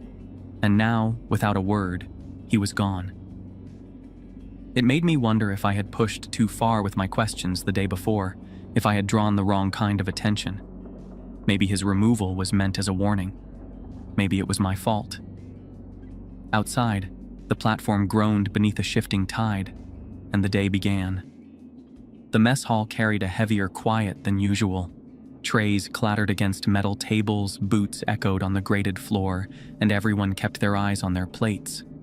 Conversations were nearly non-existent, drowned out by the metallic scrape of utensils and the low hum of overhead lights. Most were too focused on chewing, swallowing, and keeping their heads down to notice anything else. Then the overhead speaker clicked on, breaking the dull rhythm. A flat voice echoed through the room. "Special meal assignment. Baker. Section D double quote." No one clapped or nodded. Not a single reaction acknowledged the announcement. Heads lifted only for a moment, then dropped back to their meals. Baker himself barely reacted. He stood, walked to the counter and was handed a tray, unlike the others. Stainless steel with a covered dish, a small cup of something viscous and dark beside it. I watched him from 2 tables over, stunned into stillness. My mind reeled back to the voices I'd picked up that morning, the calm discussion about selecting someone with no family, no attachments, someone who wouldn't be missed.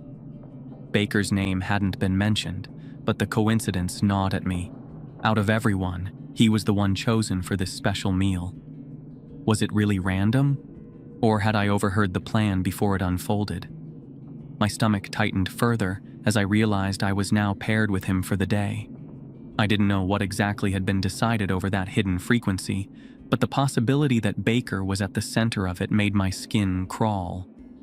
I wondered, with a cold kind of fear, whether I'd be expected to watch something happen to him or help cover it up. Baker returned to his seat and ate in silence. His movements were mechanical. He chewed slowly, swallowed with effort. His hands trembled once, then steadied. I kept expecting him to stop, but he finished everything on the tray. When he was done, he simply stood and waited. After Baker finished his meal, he stood without speaking and made his way toward the door. I hesitated before rising to follow. My limbs felt heavy, as if that quiet meal had shifted the atmosphere around us. We left the mess in silence, walking side by side toward the southern sector where our assignment waited. The corridors felt longer than usual, stretched by the weight of what I had seen and heard. The maintenance zone loomed ahead, lit by flickering overheads that hummed just above hearing. Pipes lined the walls, sweating condensation that dropped like slow rain onto the metal grates below. The air was dense with salt and machinery. Our boots left dark, wet trails behind us. Baker hadn't spoken once since we'd left the mess. I glanced at him more than once, noting the stiffness in his shoulders, the vacant look in his eyes. Something in him had gone slack, like a wire pulled too tight had finally snapped. Trying to cut through the silence, I asked if he was feeling all right. "Just tired," he muttered. It was the kind of answer you give when you don't want follow-up questions. His voice was flat, missing the human flicker of mood or thought. I tried again, softer this time. "Have you ever talked to your family from out here?" He stopped walking for a beat, then turned to look at me. His eyes held me for longer than felt natural. Then, barely audible, he said, "Not in a while." We resumed walking. I kept pace beside him, but I couldn't shake the feeling that I was watching someone dissolving from the inside out. His steps lagged behind slightly. He forgot basic steps in our procedure, missed hand signals, and overlooked tools right in front of him. When he bent to pick up a pipe joint, his fingers swiped past it like he wasn't fully seeing it. Then, as he reached for a wrench, it slipped through his grip and crashed onto the floor. He didn't even flinch.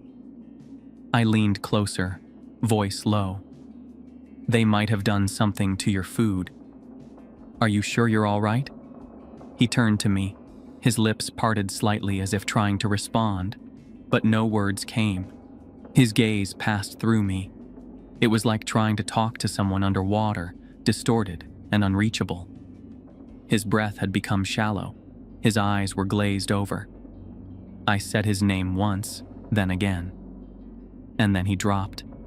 I caught him by reflex, arms wrapping around his torso to stop his head from hitting the grated floor. He was still breathing, but unresponsive, eyes open yet blank. The coldness of his skin startled me. My hands trembled as I reached for the radio clipped to my side. My thumb struggled to find the button, every second dragging beneath the weight of panic. "This is Section D, immediate medical. Crew member down." A crackle of static broke the silence. Then a curt voice answered, devoid of emotion. "Acknowledged. Hold position." The line went dead. I crouched beside Baker, watching his chest rise and fall in shallow, uneven movements.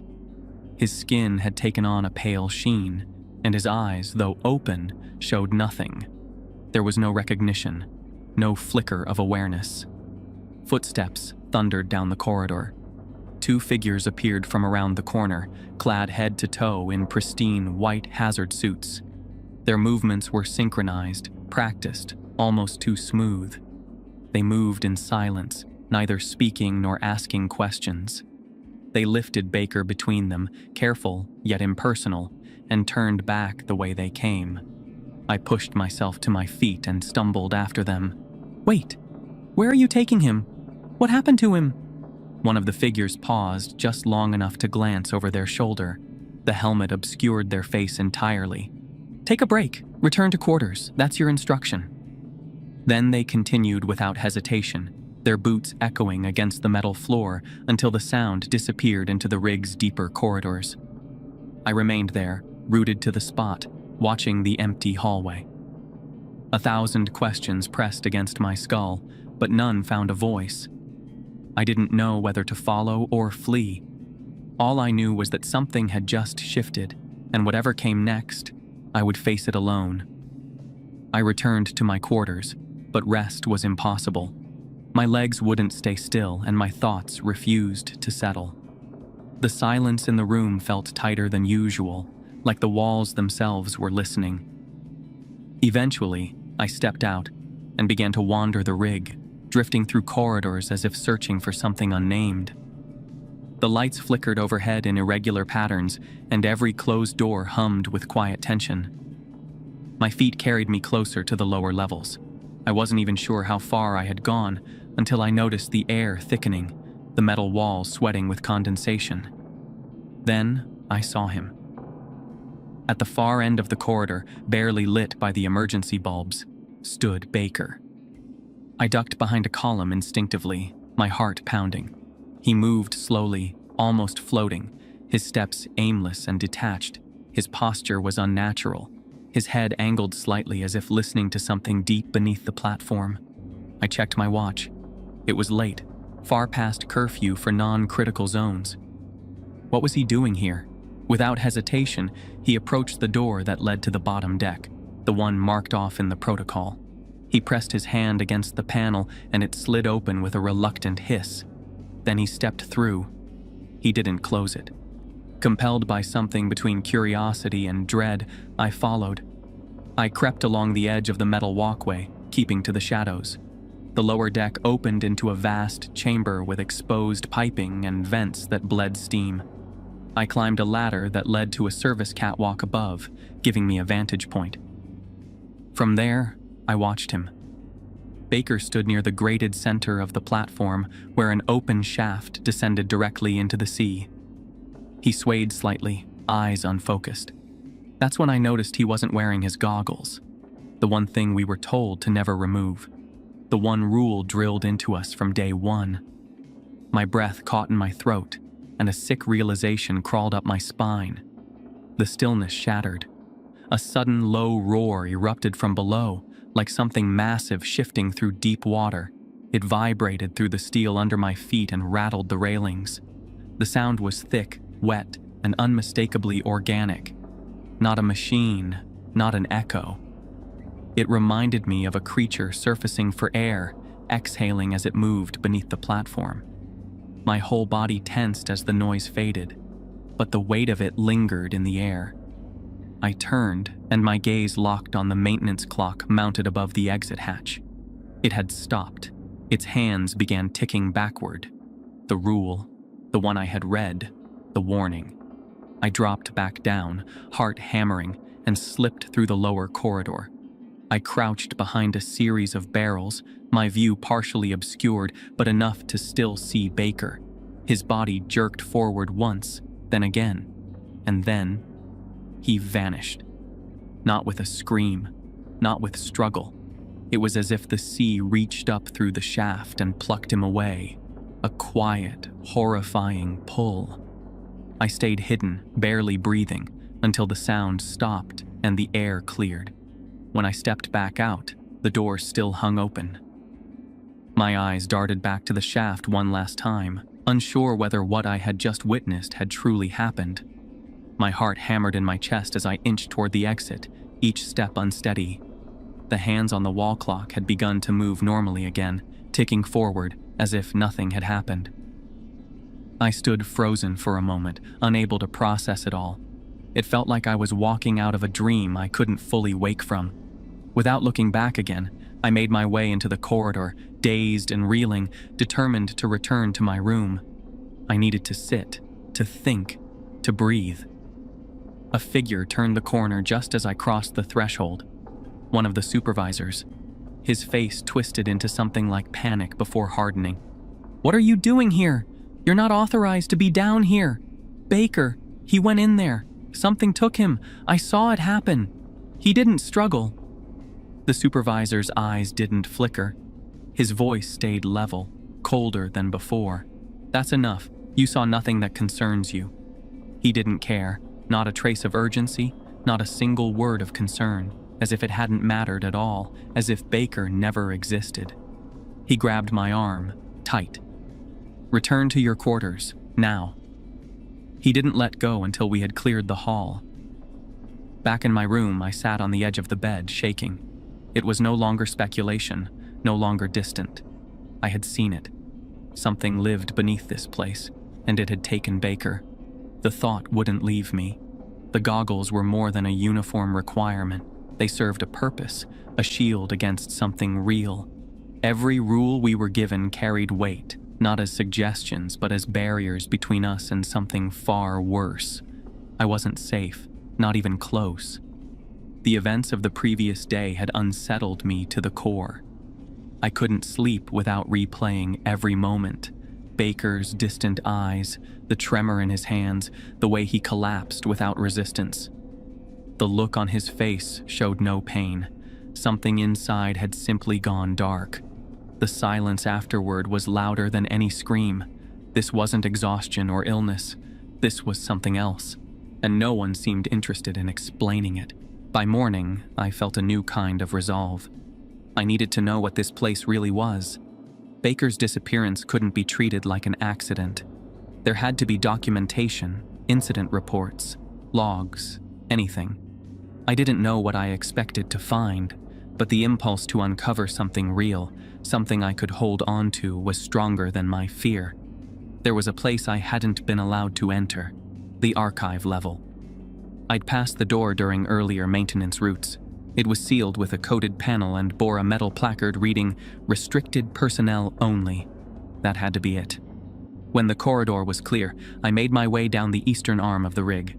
The door stood at the far end, unguarded but completely sealed.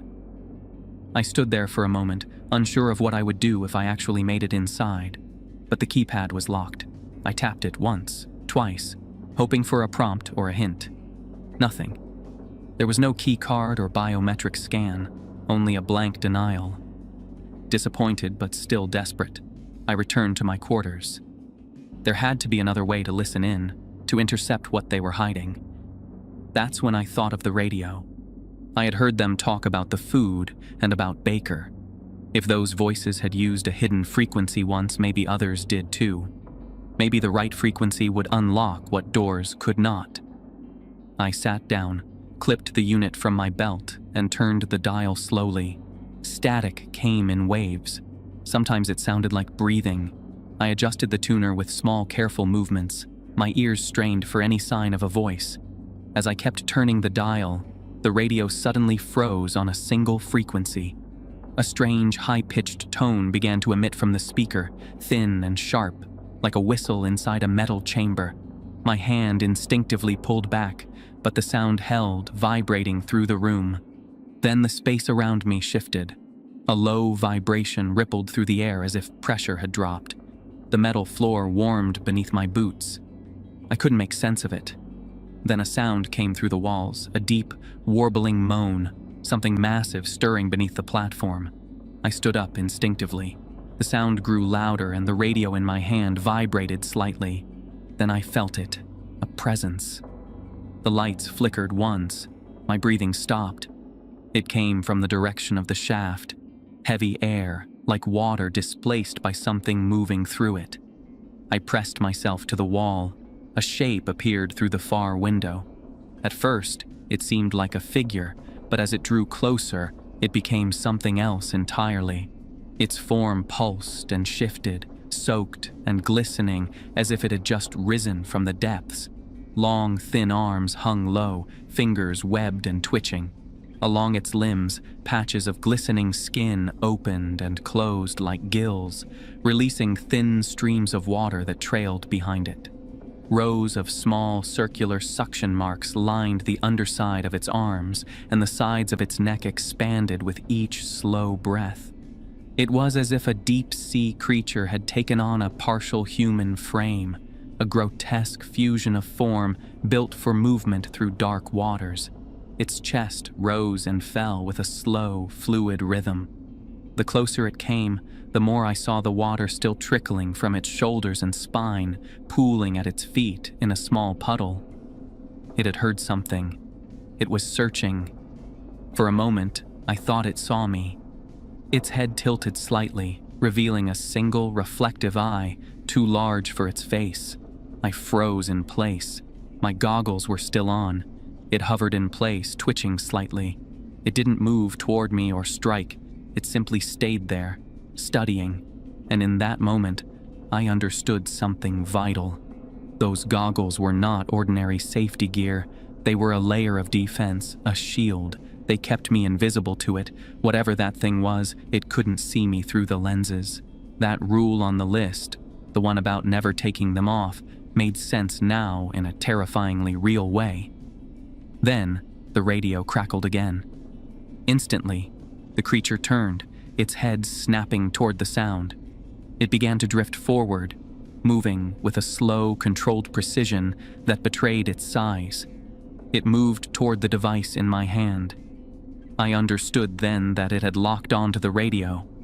I took a slow, cautious step backward, then another, my eyes fixed on the creature's reflective gaze. It didn't lose focus. It began to follow, its dripping form gliding forward as if pulled by an invisible thread. I continued to back away, one measured step at a time, until the edge of the platform came into view. The sea below lapped softly against the rig's supports. I watched the creature's head tilt slightly, its attention unwavering. The high-pitched tone still buzzed from the device in my hand. I raised the radio slightly, then, with precise timing, hurled it into the dark water below. The moment the splash echoed, the presence moved. It turned with fluid, silent grace and disappeared beneath the waves. I stood there, breathless.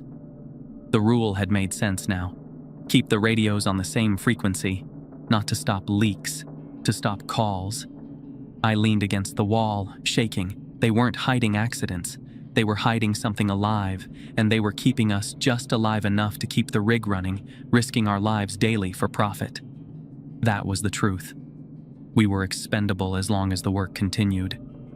And now I had seen what lay beneath our feet. I didn't tell anyone what happened. Not yet. I wasn't sure I had the words, but I knew I couldn't carry this alone. I needed to find someone who had seen something, someone who had doubts like I did, someone who might have glimpsed what took Baker. As I replayed the scene in my head, a question settled deep inside me. Was that the same creature? The one that moved with wet, fluid grace, eyes reflecting unnatural light? Had I just witnessed the thing that dragged him down into the sea? So I started small. In the morning, I passed a worker in the supply corridor and asked him if he had ever seen anything strange near the lower decks. He didn't answer, just adjusted his grip on the crate and walked faster. Later, in the engine hall, I spotted 2 crewmen checking gauges. I approached casually, offered a nod, and asked about Baker. Their eyes narrowed slightly. One of them mumbled something about not being authorized to discuss assignments. Then they both turned their backs. I kept my distance, but followed the flow of movement. Tried again at lunch. No one made eye contact. I knew I had drawn attention to myself, but I needed answers. I couldn't shake the feeling that I was being watched, avoided deliberately. Still, a part of me clung to the thought that someone must know the truth. I had to keep looking. Then, late in the afternoon, I found myself in the central walkway alongside 2 other workers who had lingered after shift rotation. I asked them directly this time if they knew what the goggles were really for. Before they could even react, one of them stepped back and raised his hand. "Over here," he called. "We've got a breach." A voice barked from behind. 3 or more outside designated work zones is a breach. I turned to them in disbelief. "You really called them on me?" "I was just trying to talk," I said sharply, my voice low but laced with anger. Their expressions stayed blank. One avoided my eyes entirely. The other gave a subtle shrug, like it was nothing personal. 2 guards approached at a brisk pace. Their expressions didn't betray any emotion. They scanned our badges, confirmed our identities, and separated us without further explanation. "You've been warned," one said. I tried to protest, but they grabbed me by the arm and turned me down the side corridor. I didn't resist. There was no point. Within minutes, I was escorted to a small cell near the center shaft. 1 bed, 1 vent, a metal door. That was the moment I became certain that this place wasn't just operating like a prison. It truly was one. The lock clanked shut. There was no explanation or processing. Isolation. I sat on the edge of the bed, palms sweaty. This was no standard disciplinary action. It was complete containment. I'd asked the wrong questions. I'd stood too close. How could the thirst for profit justify risking every soul on this rig? How do you continue your day with something like that lurking beneath your feet?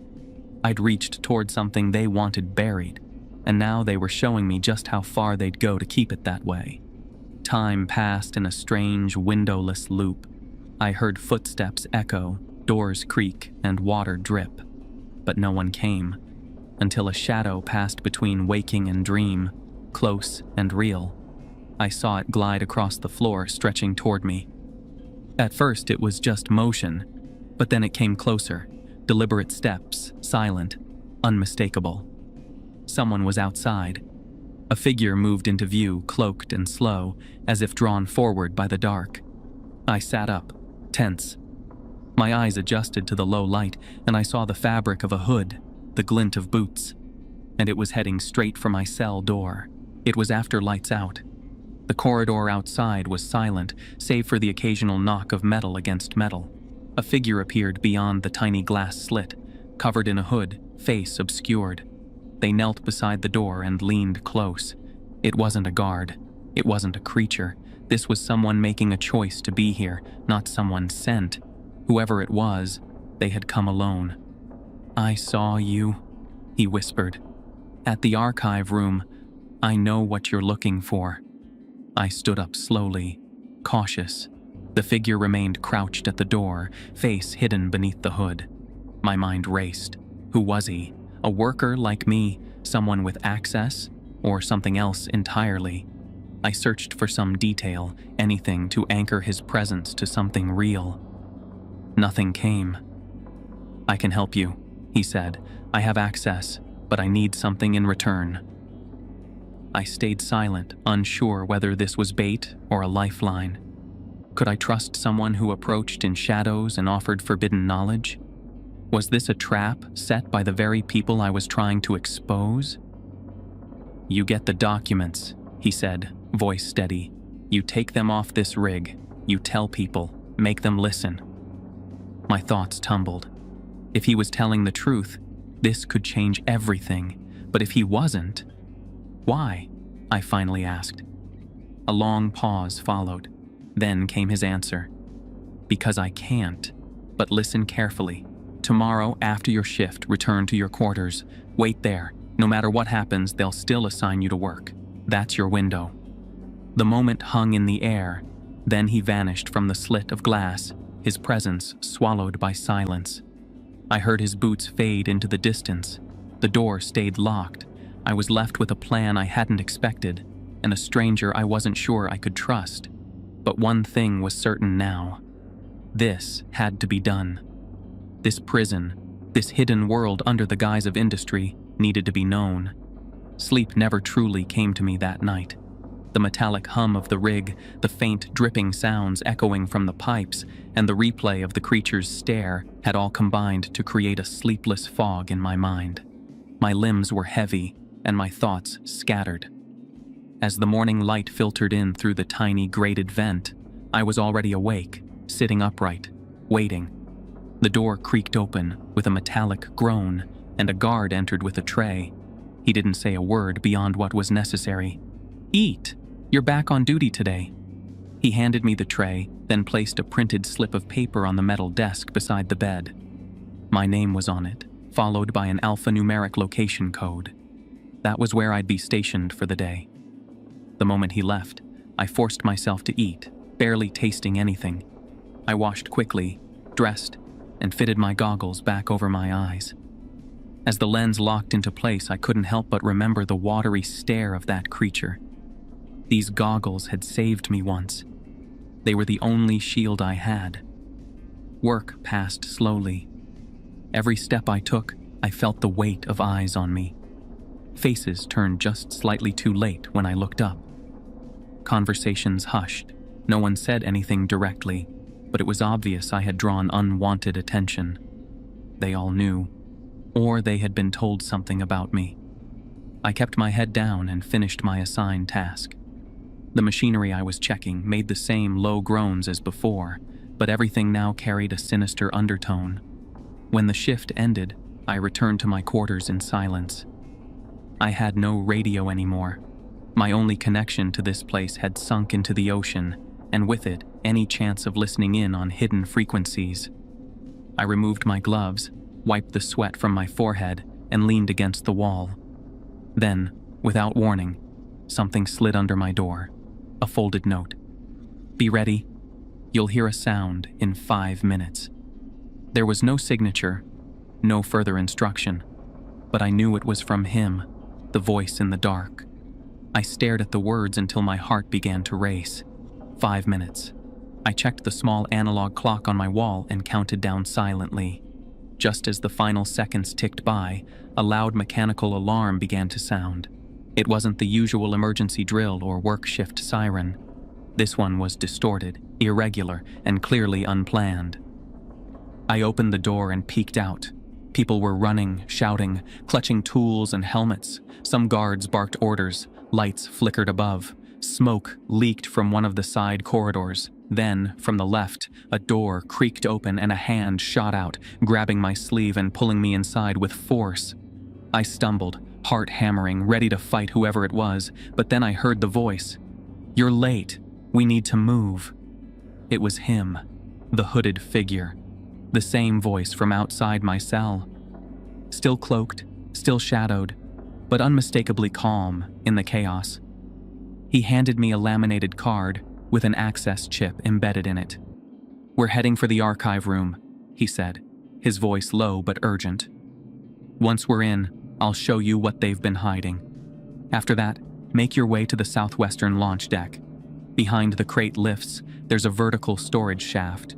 Crawl space at the base, just enough to hide in. When the noise dies down and the alarms cut off, that's your moment. There should be a launch boat nearby. Take it. Get off this rig and don't look back." I wanted to ask questions. I wanted to know why he was helping me or who he really was, but he had already started moving. I followed. We passed through the lower corridors, weaving through maintenance routes that were temporarily unguarded thanks to the chaos he must have created. At last, we reached the archive level. The card beeped against the scanner and the door hissed open. Inside, rows of cabinets stretched along the walls. Dust-coated binders, labeled by year and sector, formed towering columns. He walked directly to one section marked Pelagos. He pulled out a thick, steel-bound folder and handed it to me. "Everything you need is in here," he said quietly, almost like a whisper meant only for me. His hand lingered for a moment, and in his voice I heard a kind of finality, as if this exchange marked the end of his purpose. "Keep it close. Don't stop for anything. Project Pelagos." The name alone made my stomach turn. We left in silence, the air between us tense and brittle. As we turned the corner, the metallic sheen of the corridor caught a streak of something dark and wet on the floor. I stepped closer and recognized it immediately. A deep, red smear, thick and clotted at the edges. Blood. It trailed along the floor in broken lines, vanishing under a doorframe. The rule came back to me like a whisper in my mind. Rule number 3. If you see blood, report it immediately. Do not touch it. My feet halted. The weight of the folder in my hands seemed heavier. The hooded man looked over his shoulder. Though most of his face was obscured, his expression remained unreadable. He didn't speak or offer any reassurance. He only gave a slight nod, the kind that implied urgency and expectation, as if telling me that this was the only option left. In that silent moment, I understood we had to keep moving. We stepped carefully around the stain. My chest tightened with guilt for not reporting it, but I knew we had no time. That stain served as more than a warning.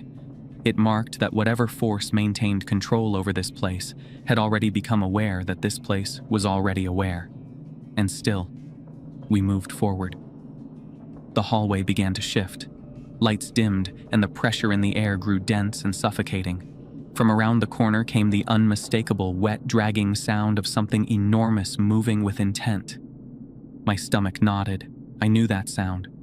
The memory of its form, the stench of seawater and decay, flooded back. This was not a new encounter. It was returning.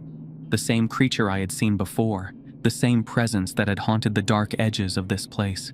My knees weakened and my breath quickened. I was terrified because I knew exactly what it was. I had seen it before. That memory was still vivid in my mind, and now it was happening again. The hooded man stopped, turned toward me, and pulled his goggles off slowly. "You need to run," he said. "Stick to the plan, do not turn back, no matter what happens." He raised both arms and began making loud, deliberate noise, banging against the metal railing beside us. I watched in disbelief as the creature responded, drawn directly to the sound. For a second, I thought he had lost his mind. Who would willingly summon that thing? But even through my fear, I couldn't ignore the steadiness in his actions. There was no hesitation, no sign of panic. As the creature rushed toward him, he didn't flinch. I was torn between horror and awe. He was giving me a chance, and I knew it. As terrified as I was, I found myself moving, driven by the silent demand of his sacrifice. Whatever madness he carried, it came with purpose. The man turned to me once more. "Go." I ran. I didn't stop until I reached the deck. Wind slammed into my face. The sea stretched into black nothingness. I ducked behind the crates near the lift and opened the Project Pelagos file. Pages fell into my lap, notes typed on thin old printer sheets, some of them water-stained, diagrams of the creature, maps of its known movement range, charts of sacrificial rituals encoded in corporate lingo, worker rosters, weekly candidate selection. The special meals were not celebrations, they were tools. The food was infused with suppressants to dull awareness, soften resolve, and make the chosen worker more compliant. Each week, someone vanished. The pattern wasn't random, it was calculated. Someone always disappeared after the meal. They were offered up. But this was never about the creature. Not entirely. It wasn't a cult or a sacred duty. This was about money. The rig's real mission was oil extraction. Massive profit. But deep below, where their drills pierced ancient trenches, they woke something. Something that would not allow them to continue unless it was fed. So they fed it. Sacrifices to protect the business. Human lives as payment of uninterrupted production. Every rule now revealed its true purpose. The goggles shielded you from the creature's gaze. The radios controlled the information flow. The rule about blood meant contamination, a sign of its proximity. The clock, when it ran backward, you had to hide. All of it was orchestrated, not to save lives, but to keep the operation alive. The rig was never meant to protect its workers. It was built to manage an ancient threat without slowing the flow of oil. My hands trembled as I clutched the documents. My breath hitched as the weight of their contents settled in my chest. These files were far beyond mere evidence. They had become my only lifeline. I folded them carefully and tucked them back into the folder, pressing it close to my chest. These pages had to reach land. The truth they carried could not die here. After what felt like an hour, the sirens fell silent. I crept from behind the crates, walked to the side rail, and located a secured emergency dinghy. The release system responded to the access card. I slid the boat into the water and climbed down the rope ladder with the folder strapped to my chest.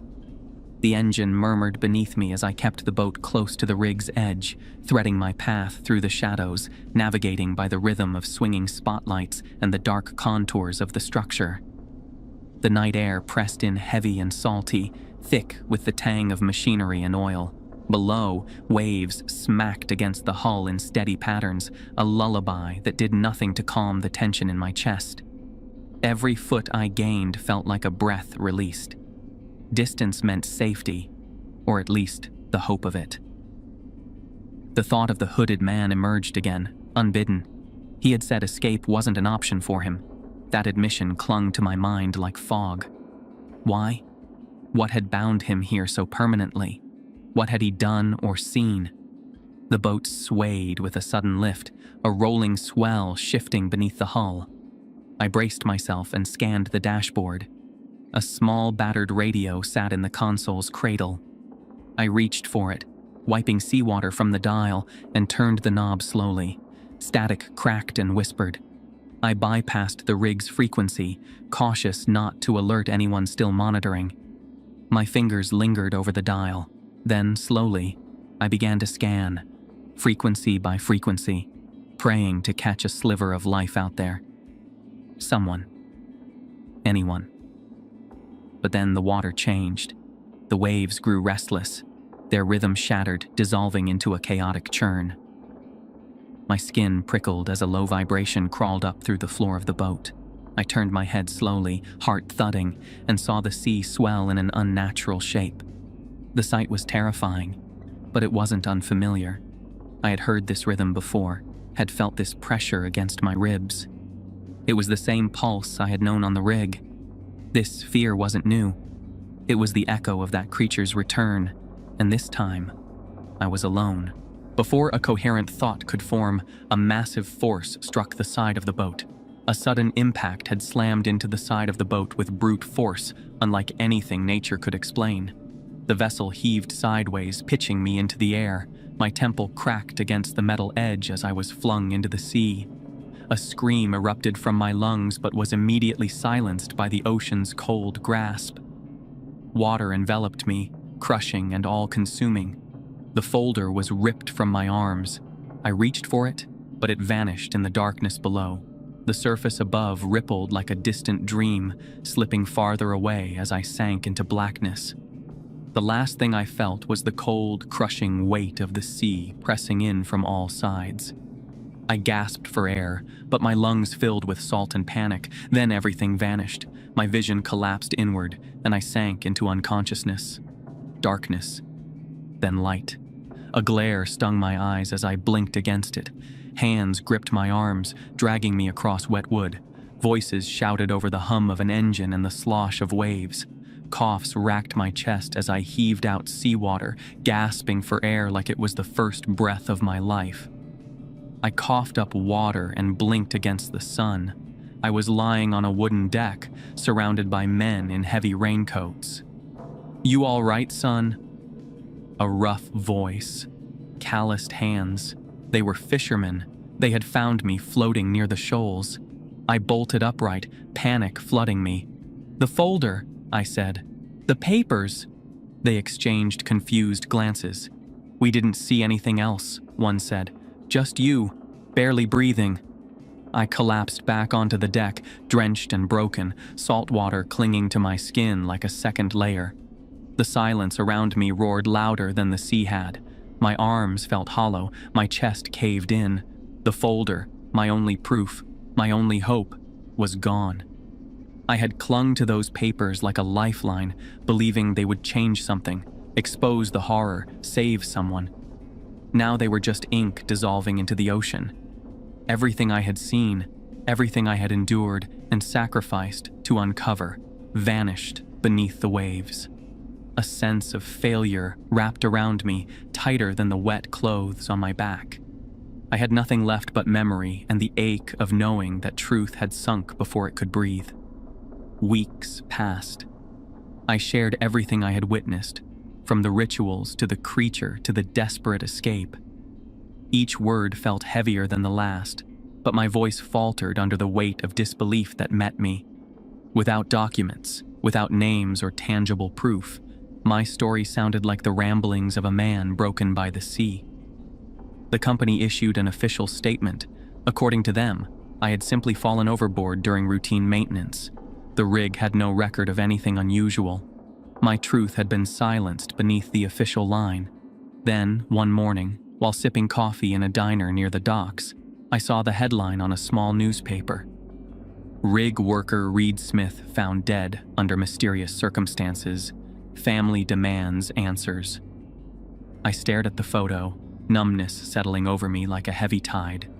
It was him, the hooded man who had led me through the shadows, who had risked everything to hand me the truth. Reed had guided me, protected me, and when it mattered most, he had given himself up so I could run. And now, he had been erased. His name reduced to a few lines in a local paper, his sacrifice swallowed by the same system he tried to fight. All we had done, all we had uncovered, everything we had lost, it had meant nothing. The rig was still running. The company still denying. The creature still lurking beneath the waves, fed by new workers unaware of the rules or their meaning. Every death, Every page of evidence, every moment of horror. Wasted. I folded the paper slowly, my hands trembling. My heart was heavier than it had ever been. Some truths weren't meant to be told. Some horrors sink into the sea and never rise again.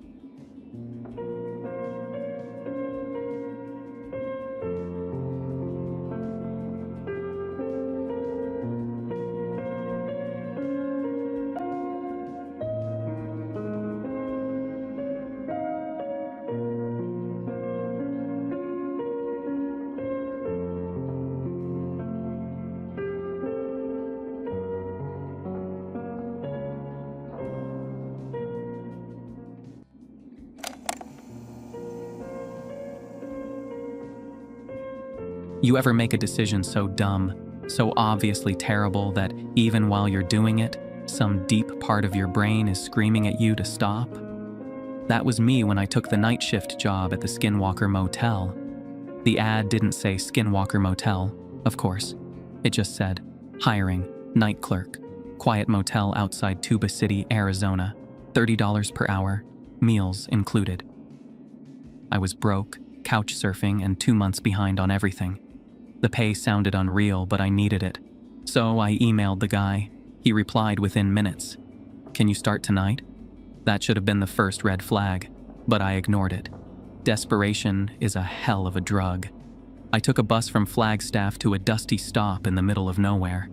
The motel sat alone in the desert, surrounded by sagebrush and silence, the kind of place that looked abandoned from the road. Shingles missing, sign flickering. The air had that dry, electric weight, like something waiting to strike. The sun was already bleeding into the horizon when I got off. The front office door creaked open before I even knocked. A man stood inside. Tall, graybeard. Red flannel shirt buttoned up. His eyes looked like they hadn't seen sleep in a decade. You Jake? Yeah. He didn't introduce himself. Just handed me a laminated sheet and a metal keychain with the number 0 on it. The key was old and tarnished, like it had been dug up rather than cut. You read those rules, he said. Don't break them, not even a little. I looked down at the sheet. There were 10 rules printed in bold type. The sheet he handed me was laminated, but the corners were melted like someone had tried to set it on fire before thinking better of it. 10 rules, simple, short, and somehow more terrifying because of it. The first one? Only check in guests between 8 p.m. and 11 p.m. No exceptions. I wasn't told what would happen if someone showed up at 11:01, just that I'd better not let them in. Rule 2. Room 3 is always occupied. I wasn't to knock on the door, wasn't to clean it, and sure as hell wasn't to talk about it. I didn't even know where room 3 was yet, and already I hated it. Rule 3 made my stomach drop.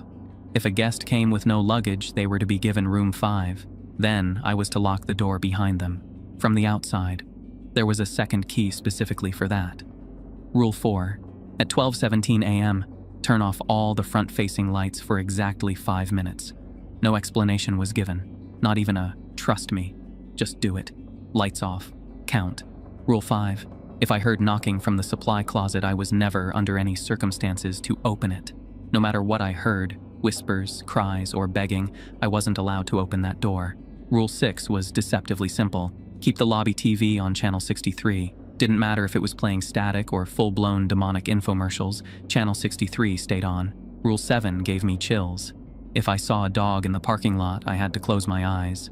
Didn't matter if it looked friendly, didn't matter if it barked or begged. Eyes shut. Wait until it's gone. Rule 8. Some guests might try to bribe me for information. About what, I didn't know. But I was told not to answer, not even a single word. Rule 9 felt like some kind of ritual. At 3:33 a.m., I had to drink all the coffee in the black thermos under the desk. All of it. Didn't matter how it tasted, didn't matter if it was still warm. And finally, Rule 10. If a man named Frank showed up, I was to give him the master key and say, "Welcome back." I laughed, out loud. A dry, nervous thing. You serious with this? He didn't smile. You break one rule, Jake, and you're gone. That's if you're lucky. He pointed to the metal door behind the front desk. "Your room's through there. Shift starts at 8. Don't be late." The room was basic: cot, mini fridge, small TV, no windows. A single bulb buzzed overhead with a migraine's rhythm. I lay down, closed my eyes, and told myself it was a weird old man with a creepypasta sense of humor. I woke up at 7:55 p.m., my heart already thumping like it knew something I didn't. The front office felt different at night. The shadows seemed thicker, more confident. The lights buzzed a little louder, and the silence outside felt anticipatory. At 8 p.m. on the dot, the bell above the door jingled, but instead of dread, I felt a strange calm, almost like muscle memory kicking in. I straightened up, ready to act like this was any other job. The next few hours passed in a strange rhythm. I checked in 2 guests, an elderly couple with heavy luggage and a young man clearly passing through, both normal, both thankfully unaware of the rule sheet under the counter.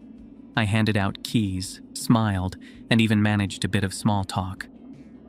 In between, I wandered the motel lobby, trying to memorize the layout. There was a vending machine tucked near the side hallway. An old rotary phone mounted to the wall, though I wasn't sure it worked. The carpet was frayed near room 3, and the door there looked untouched, like no one had opened it in years, yet it still carried the weight of presence. I glanced at the clock. Still early. The television buzzed with soft static, as per Rule 6. My eyes drifted to the parking lot. Nothing out of place. For a moment, I let myself believe that maybe this wouldn't be so bad.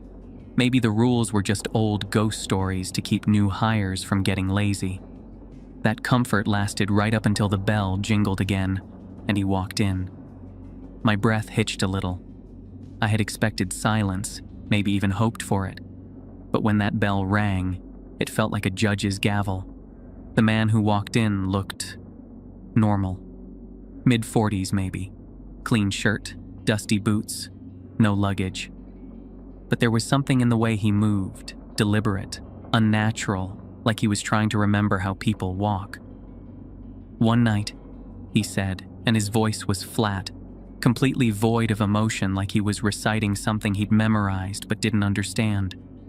Not a hint of impatience or curiosity, just hollow. I hesitated, long enough for the silence to stretch thin. My mouth had gone dry, like my throat had forgotten how to swallow. Rule 3 echoed in my brain like a warning siren, but even then, part of me hoped I'd misunderstood. "Room 5, I managed, steadying my voice by sheer will. I handed him the key, and he took it with fingers that were just a touch too stiff. As we walked the dim hallway together, I caught myself stealing glances. He didn't speak, didn't blink. His eyes looked like glass, smooth and unfeeling. But behind that surface was a depth I couldn't quite explain. They didn't reflect the hallway or anything tangible, instead catching a light from somewhere else, somewhere wrong. Something that looked back at me, not through me. At me, focused, cold, intent. His face was pulled taut, as if it had been worn too long, the skin adapting to a shape it wasn't meant to hold. Under the weak glow of the wall sconce, I caught something twitching beneath the surface of his cheek, like a muscle trying to move the wrong way, like it wasn't used to being there. I opened room 5. He stepped inside like he'd done it 100 times. I shut the door and locked it from the outside. The click echoed louder than it should have. Back at the front desk, I collapsed into the chair, my heart pounding like a drum in my chest. I tried to focus on something, anything. The clock, the rule sheet, my own breathing. What the hell kind of motel had rules like these? What kind of place gave you a manual for surviving the night? This felt less like employment and more like a dare, disguised as a paycheck wrapped in dust and unease. A paycheck. The room felt smaller than before, the air thicker. Every creak in the walls, every pop of the old pipes sent my nerves on high alert. I wasn't ready to deal with any of it. I was barely ready to sit still. I reread the rules again and again, each time finding something I had missed, like my brain was trying to decode some puzzle I didn't even know I was playing. My finger hovered over Rule 3. The words blurred slightly. I rubbed my eyes and blinked hard. Outside, the desert was unnervingly still. The air was still, untouched by even a breeze. Not a single insect chirped or fluttered. A complete dense silence pressed in from all sides like the whole world was holding its breath. And I was the only idiot dumb enough to exhale. The room felt like it was watching me. The shadows leaned in closer. The television on channel 63 crackled softly, static humming like a low whisper. I didn't dare change the channel. That was Rule 6. It stayed on.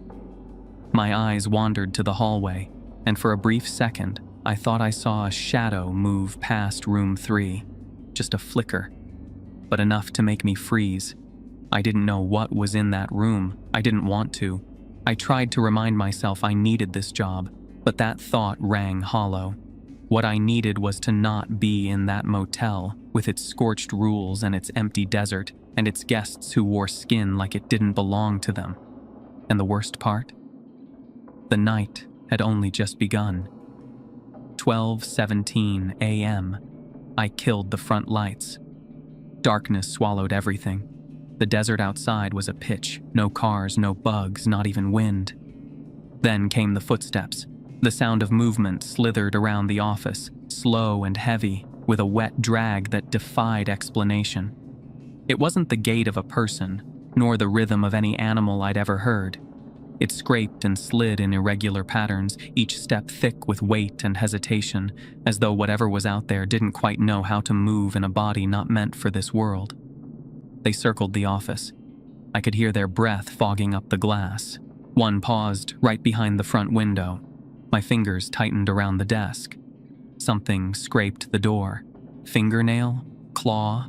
I wasn't going to find out. I closed my eyes and started counting seconds. I don't know why. Just instinct. If I kept count, maybe I could control it. 121, 122. When I reached 300, I flipped the lights back on. Nothing there, except for a single muddy footprint in the shape of a hoof. My breath caught.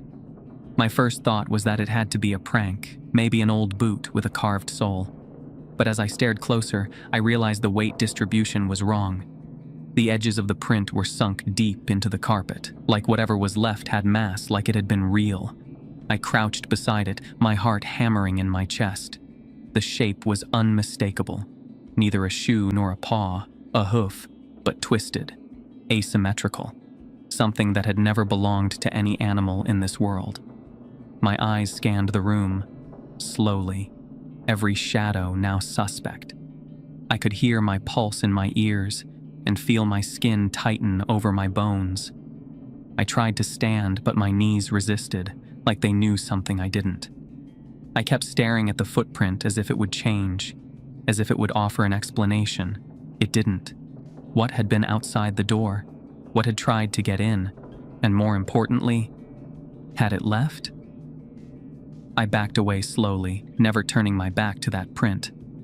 I needed to know more, needed to understand the rules, fully understand them. The rules were not warnings, they were survival instructions. And on the floor next to it, my rule sheet. Half burned, smoking, like someone had tried to light it with a match. I leaned over and picked it up. The laminate was warped now, the edges curled like they'd been dipped in acid. My hand shook, but I held onto it like it was a lifeline.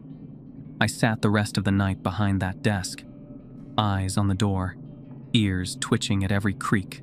At 3:33 a.m., I remembered Rule 9. I reached under the desk, pulled out the black thermos, and unscrewed the lid. The smell hit me first, burnt and sour like stale battery acid mixed with rust. I hesitated, staring into the dark liquid. What kind of rule was this? Drink old coffee in the middle of the night? Out here? In this place? It made no sense. Maybe none of the rules did.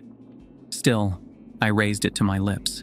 The first sip was revolting, sharp, and bitter with a metallic aftertaste that clung to the back of my throat. It didn't go down easy.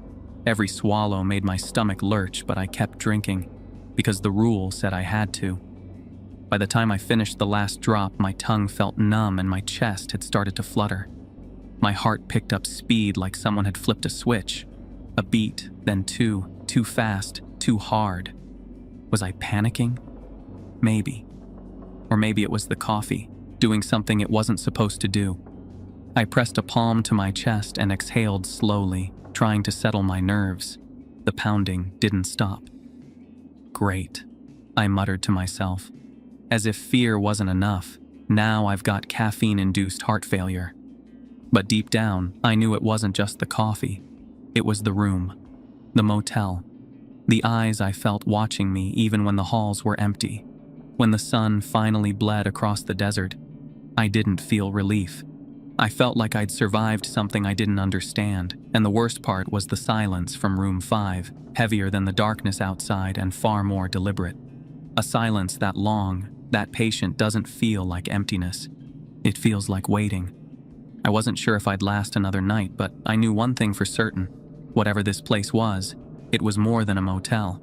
It was a trap dressed up in vacancy signs and desert dust. And I had just checked in.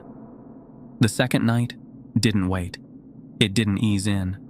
It hit hard like a door slammed shut behind me and locked itself from the other side. I woke again at 7:55 p.m. Like the night before, no alarm or sound, only that same internal jolt, like my body knew it was time, as if something had synced itself to me. I pulled on my shirt, the one from yesterday, the one that still carried the smell of scorched laminate and cold sweat. My fingers hesitated at the doorknob. I told myself to breathe, to be calm, to act normal. But there's no acting normal when you're stepping back into something that doesn't want you to leave. The front office looked the same, but I didn't. I could feel how much one night had changed me. The light felt off, too bright in some places and too dim in others. My skin itched like the air was made of static. At 8:03 p.m. the bell jingled. A guest arrived, an older woman in a brown jacket with a dented suitcase. Her smile was tired, her voice soft, and she didn't seem bothered by anything. I checked her in and gave her room 7. As she walked away, I couldn't help but stare. Why would anyone choose to stay here? This wasn't the kind of motel you stumbled upon. It felt like the place people ended up at because something else had already gone wrong. I thought about my situation. I was here because I was broke, desperate, and cornered. If I had any other option, I'd never set foot in this building. But here I was, stuck. Somehow she seemed completely at peace. I wasn't sure if I envied that calm or feared what it meant. Maybe she knew something I didn't. Maybe she was the kind of person this place attracted, quiet, resigned, drifting toward whatever waited in the dark. It should have made me feel better. It didn't.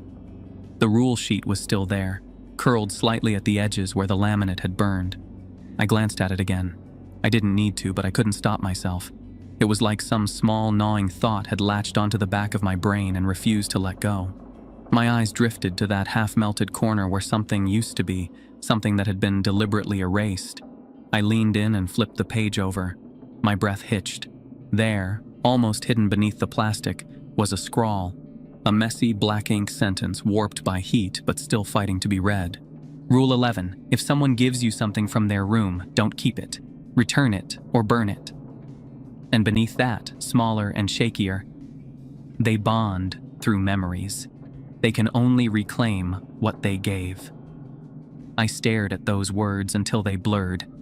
My stomach turned with a kind of hollow unease, like I was reading someone's dying confession. Who had written this? And why had they gone so far as to melt the laminate to cover it up?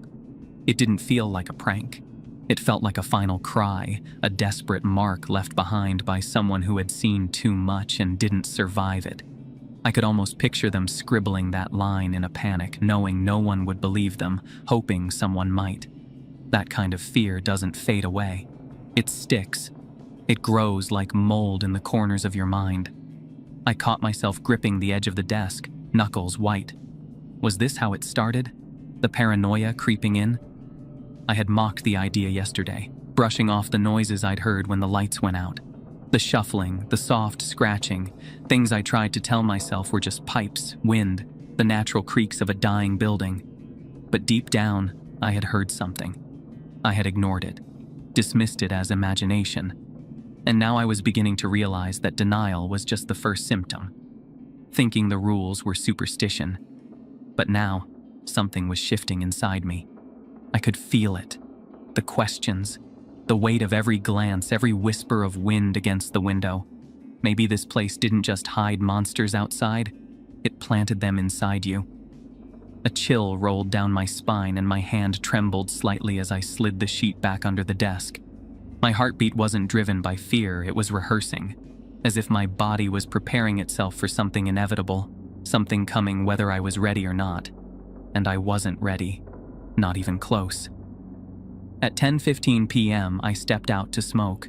I didn't smoke before this job. Now it felt like the only thing that grounded me. The desert night was still and cold. Sagebrush rustled like dry bones under the sand. That's when I saw it. At the edge of the lot, where the sodium lamp buzzed faintly, stood a dog, mid-sized, short-haired, almost statue still. Its head tilted in that eerie, deliberate way animals sometimes do when they're mimicking curiosity. It wasn't curiosity. It was a routine, something rehearsed and deliberate, like it was waiting for me to react, like it was waiting for a cue. I froze mid-flick with the lighter. Rule 7 echoed in my head with the weight of a warning carved into stone. I turned sharply toward the wall, shut my eyes tight, and tried to push away the pressure blooming in my chest. The dog barked, a short clipped sound. Then it whimpered, almost pathetically. Then came the growl, low, guttered, dragging against my nerves like a serrated blade. I clenched my eyes harder, my body locking up with the primal need to turn and check. I knew better. I'd read the rule. Still, instinct clawed at me. The silence stretched. My breath caught. Then a voice, almost too close to my ear, broke through. "Jake, please. It's cold. I'm scared. It's me. Open your eyes." It wasn't the words that chilled me. It was the voice. It was mine. A perfect copy, hollowed out and trembling. I bit down on my knuckles hard enough to taste blood. The voice started crying, mimicking my cry, then laughing, then screaming. It flipped through tones like a skipping record of my worst nightmares. It wasn't trying to sound real. It was trying to sound familiar. Then everything stopped. There was no fade, no warning. A hard, unnerving silence that seemed to still the air itself. Even the wind, which had been whispering through the desert moments before, held its breath. My whole body tensed. The sound vacuum was so complete it made my ears ring. I cracked one eye open, barely daring to let in a sliver of vision. The dog was gone. In its place stood a man. He didn't move, just stood there in the exact same spot beneath the flickering light, now dead. His silhouette was sharp against the night, arms stiff, posture too symmetrical, too still to be natural. His face was cloaked in shadow, but I didn't need to see it. I could feel his eyes, like nails driven into the glass between us. They pinned me there. He didn't knock. He didn't call out, just stared. And the longer he stood, the more I realized something wasn't right about the shape of him, like a mannequin posed by someone who didn't understand how human bodies bend. Seconds became minutes. Minutes dragged into hours. I sat frozen, sweat cold on my back, heartbeat a metronome of dread. The clock behind the desk read 12:17 a.m. My breath caught. That was the time, the one from the rule sheet, the one where the lights had to be turned off. But the man was still there, still staring, still mine, and not mine. I hesitated, and then I didn't turn off the lights. I wanted to see him. I needed to know. But the moment passed, and everything shifted. His expression changed, something subtle but unmistakable. His mouth flattened into a hard line. The skin beneath his eyes grew tense, the whites now showing wide and unblinking. He wasn't just watching. He was angry. And then, it started. A pressure behind my eyes, dull at first, then tightening, twisting, like invisible hands pressing into my skull. My temples throbbed, my jaw clenched. I gripped the edge of the desk so hard my fingers went numb. I panicked. My hand shot out and flipped the switch. The lights died. And from somewhere deep in the motel, behind walls or under floors, came a sound so unnatural it scraped the air raw, a high-pitched, gargling shriek. Like metal being torn and a scream forced through water, it came from everywhere and nowhere. Something had been disturbed, and it was angry.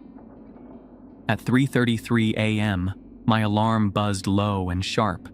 I already knew what it meant. The rule about the coffee, the one I thought was ridiculous the first night. Now it felt like a ritual that might hold something back, like a line drawn in the sand against the darkness. I got up, legs weak, and reached under the counter where the thermos always waited, fresh, full, steaming hot. I hadn't made it. I never had. But it was always there at 3:33, like clockwork. My fingers shook as I reached for it.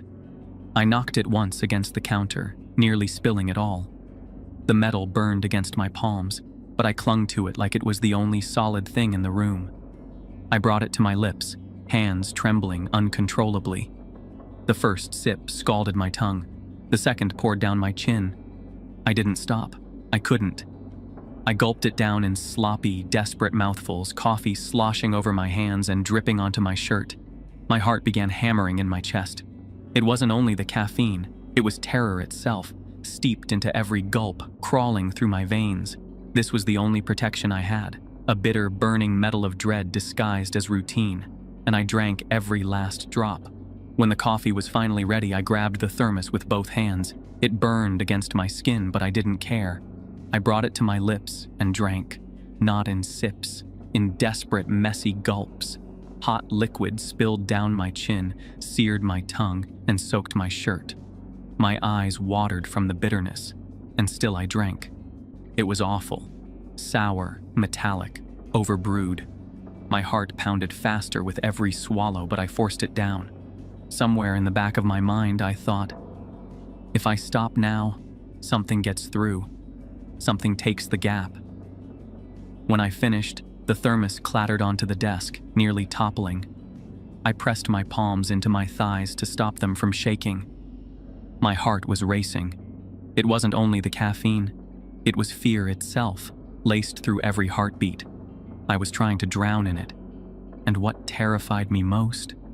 Even with the sun shining on my face, I could still feel the weight of his stare pressing against my skull like fingerprints scorched into memory. I didn't move the rest of the night. I sat at the desk, knees to my chest, a blanket around my shoulders. Every time I tried to close my eyes, I felt his stare through the wall. The corners of his mouth lifted, just a little, enough to let me know he knew I was still awake. At dawn, he vanished. He didn't walk away or drive off. He simply vanished. Simply gone. Like the light had erased him. It didn't erase the image that burned into my head. His eyes. They were mine. Now, they were inside my dreams. I didn't sleep when my shift ended. I lay on the motel bed in my room, staring at the ceiling. My reflection in the bathroom mirror felt unfamiliar, like it was studying me more than copying. When I blinked, I swore it didn't blink with me. My eyes stung, gritty and red. The whites were splotched with little red veins I didn't remember seeing before. It felt like something had been staring back at me all night and left a residue. I showered, but the water didn't make me feel clean. My skin felt filmy, like I'd brought something invisible back with me, something I couldn't scrub off. All day I tried to distract myself. I walked into town, drank coffee I couldn't taste, bought a pack of smokes from a gas station and made small talk with the cashier. But behind every pair of eyes I met, I kept searching, wondering if they were looking at me or through me. By the time the sun began to fall, my chest was tight.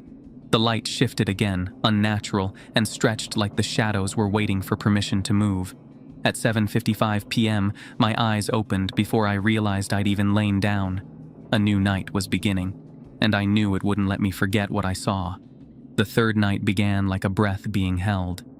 I woke at 7:55 p.m. with dry eyes and the weight of something imagined pressing down on my chest. No dreams, no clarity, just a thick layer of silence stuck to the walls around me. I sat on the edge of the bed, staring at my hands for a long time before getting dressed.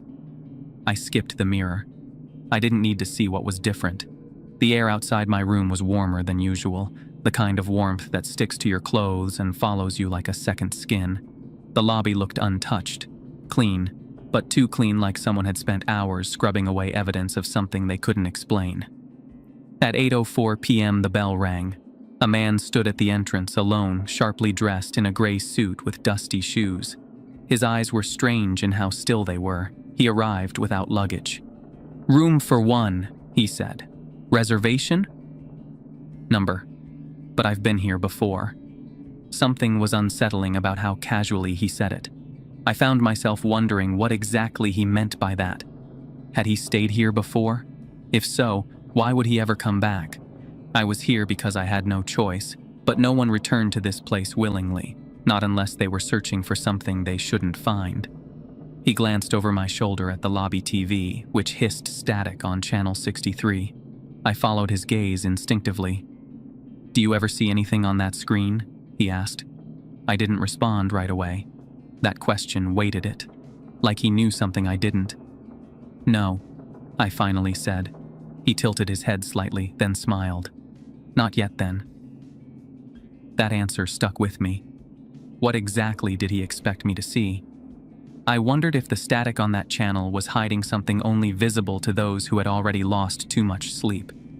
The idea that I might eventually see something there, something waiting, unsettled me more than I wanted to admit. I reached under the desk and slid him the key to room 5.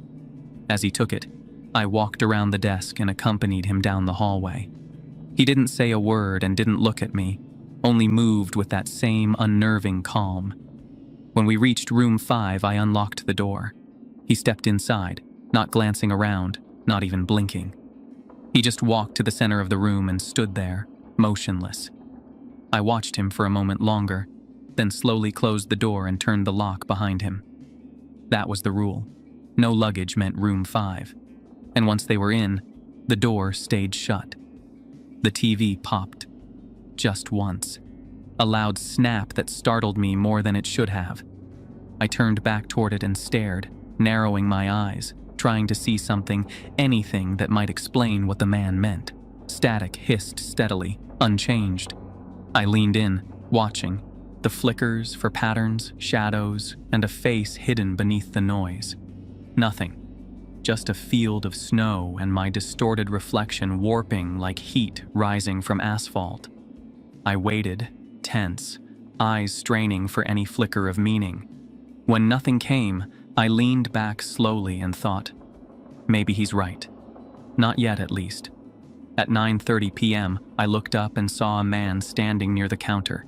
He was already inside, hands in his pockets, gaze fixed directly on me. I didn't recognize him. His face was ordinary, maybe too ordinary. Brown jacket, jeans, and a tired look in his eyes.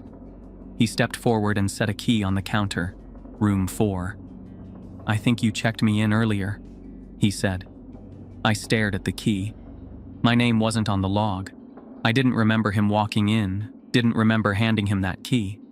But the number was written in my handwriting. "Must have been busy," I muttered. He leaned on the counter and looked around slowly like he was trying to decide if we were alone. "You ever get the feeling this place has a memory?" I blinked. "What do you mean?" He shrugged, pretending like it wasn't a serious question. "I don't know. Just weird vibe. Like the walls have seen more than they should."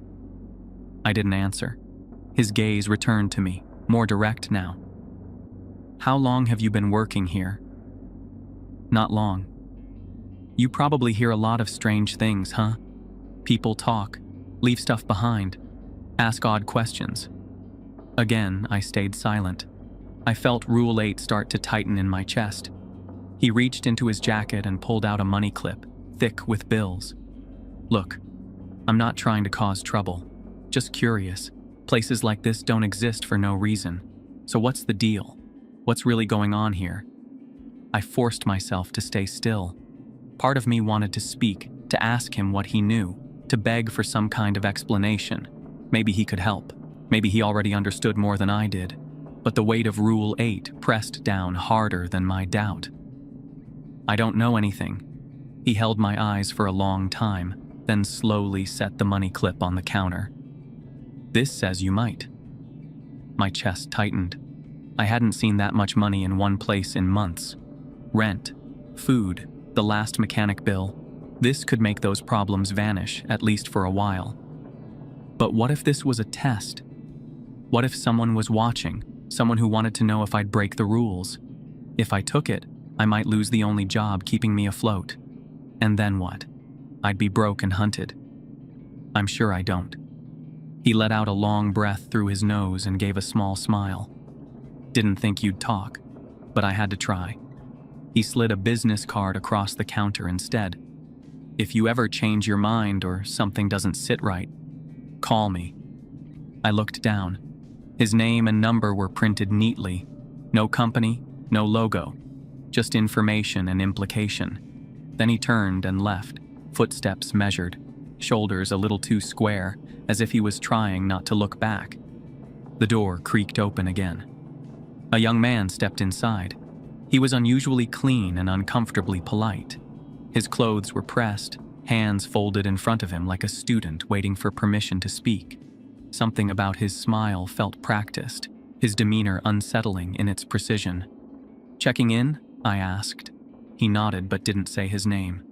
When I asked for it, his reply was mumbled, almost as if he was testing how little he could say and still be understood. "Payment?" He blinked once, tilted his head, and gave a half shrug. "Already handled."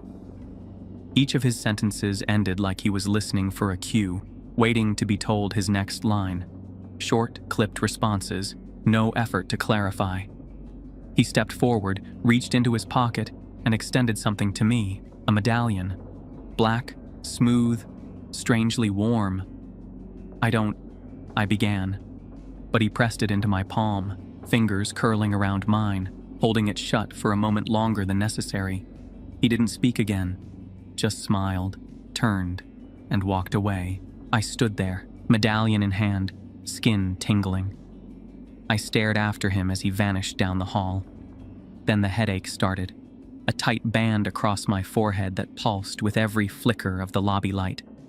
Déjà vu hit me next. Images and sensations that didn't belong to any memory I could place. Shadows on ceilings, wet footsteps in reverse, voices humming inside old radios. I shook my head, gritted my teeth, and dropped the medallion onto the counter. Except, it didn't drop. My hand opened, but the object clung to my skin. It didn't feel stuck. It felt like it was part of me, as if my skin had grown around it while I wasn't looking. Panicking, I returned to the back office and tore open the binder. I needed the rules. Maybe I'd missed something. Maybe this had happened before. Rule 11. It flickered through my thoughts. No accepting gifts. But what was I supposed to do? He forced it into my hand. I hadn't asked for it, hadn't agreed to take it. He pressed it on me like it had a purpose of its own. Still, the rules didn't care about intentions, just results. There was nothing else listed.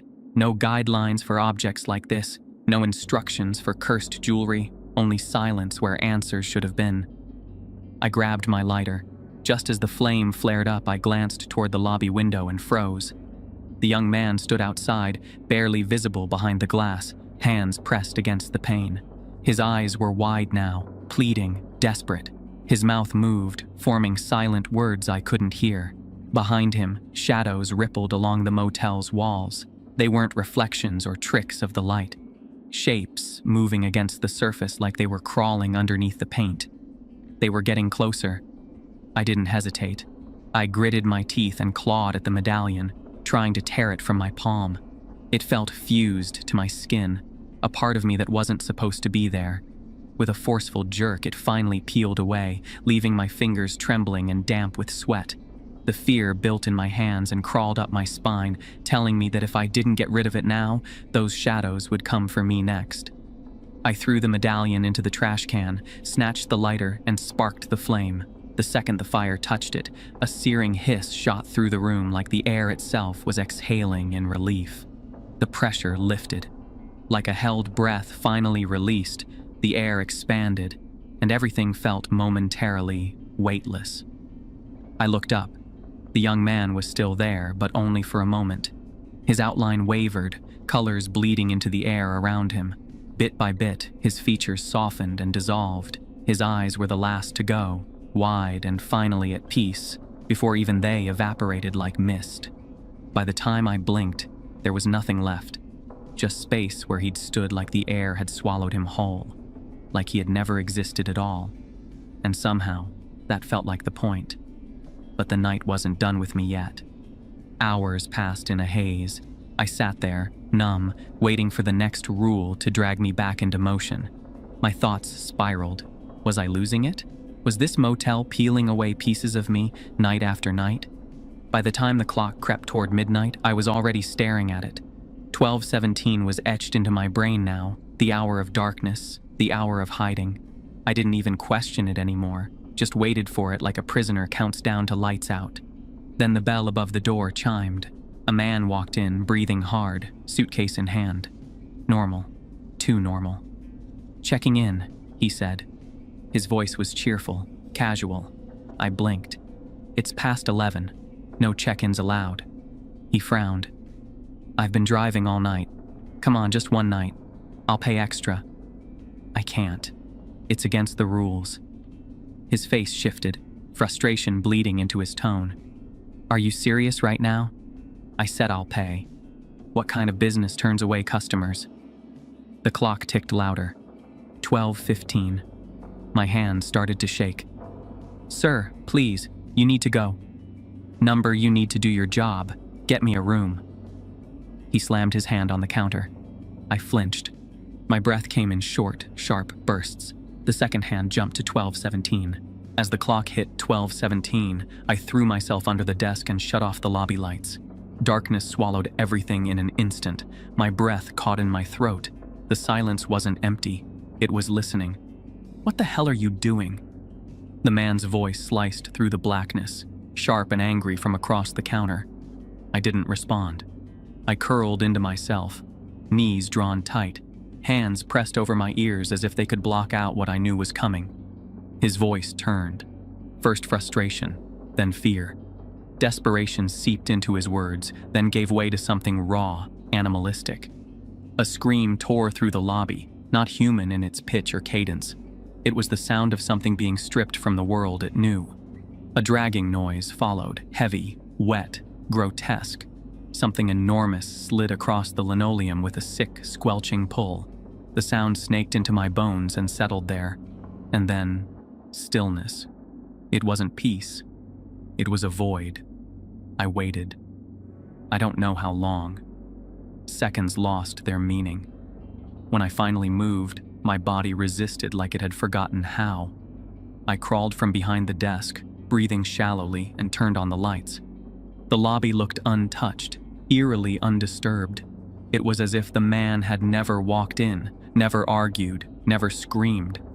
The air buzzed faintly from the vending machine in the corner, the only sound in a space that had just moments ago been filled with chaos. I stood there, stunned, my mind scrambling to connect what I remembered with what I saw or didn't see. The man was gone, vanished completely, as if the motel itself had consumed him. There wasn't even a trace left behind. I blinked rapidly, hoping the act would return him to view, but the emptiness hit harder than his presence ever did. It wasn't just that he'd disappeared. It was the way the space no longer acknowledged he'd ever been there, like the darkness had claimed more than just his body. It had erased his existence. I stumbled outside. The night air hit me like a slap. My hands trembled as I lit a cigarette. I leaned against the motel's outer wall, eyes darting into the shadows, brain trying to make order from chaos. What had I seen? What had I let happen? A man had been standing here, talking, arguing. Now he was gone. I tried to force reason into the situation, but logic cracked under the weight of what I'd just lived through. I tried to make sense of it, but reason only sank deeper into confusion. The image of the man who had offered me money earlier returned, vivid and unsettling. My thoughts clung to him like static to skin. Then I saw him. He was walking along the far edge of the parking lot, the same jacket brushing against his legs with each step, the same familiar stride that somehow felt rehearsed. But when my eyes reached his face, my breath caught. His expression was fixed in a grin, unnaturally wide and deliberate, stretched far past comfort. I shouted, "Hey!" He kept walking. I called again, louder this time. He stopped. His movements were slow and mechanical. He turned, locking eyes with me from across the lot. The grin on his face widened, unnatural and cold. Then, without a word, he turned and resumed his path, disappearing step by step into the shadows. I couldn't move. That smile lingered in my mind like a burn on film, something no human should wear. A part of me recoiled from the recognition, and another whispered that this was retribution, a consequence for nearly violating Rule 8, for even daring to question the fabric of this place. I watched until he vanished, unsure if I was more afraid of what I saw or what I might become. I didn't want to drink the coffee. The thought alone made my stomach churn. My hands were still trembling from what had just happened, but I walked back inside and found the thermos waiting in its usual spot beneath the counter. I picked it up and felt the warmth against my palm. I unscrewed the cap and lifted it to my nose. The scent made my stomach flip. I stood there a long time just holding it, remembering the taste, the nausea, the nights I thought I wouldn't make it through. Then, with a deep breath, I walked to the restroom and poured it out, watched it swirl down the drain like it had never existed. I wasn't ready to drink it. I wasn't ready to follow the rules. Not tonight. Not after everything I'd seen. I stared at the sink, the last drops of coffee swirling into nothingness, and whispered to myself, I'm not even sure the rules matter anymore. The shift began, but I didn't. Not really. Not the way I used to. I walked into the lobby like someone stepping back onto the battlefield, already knowing the ground was mined. Every step felt heavy, like it came with a question I hadn't asked. I didn't even bother clocking in. I was already here, wasn't I? Something inside me had cracked open the night before. Whatever comfort the rules had given me was gone, and with it, the illusion of control. The motel had shown me things, faces that vanished, rules that punished, darkness that wasn't empty. I had questions now, so many questions, and answers? They were hiding behind locked doors. Room 3. I didn't even know where it was until that moment. It sat at the end of the north hallway, tucked behind a bend I'd never bothered exploring. The number was faded on the door like someone had tried to scrub it off but gave up halfway through. Rule 2 rang in my head. Room 3 was always occupied. I wasn't supposed to knock, clean it, or even talk about it. I'd followed that rule without question. Tonight, obedience felt overrated. I stood before the door with my key ring in hand, my heart thudding against my ribs like it wanted to bolt. The key slipped in easier than I expected.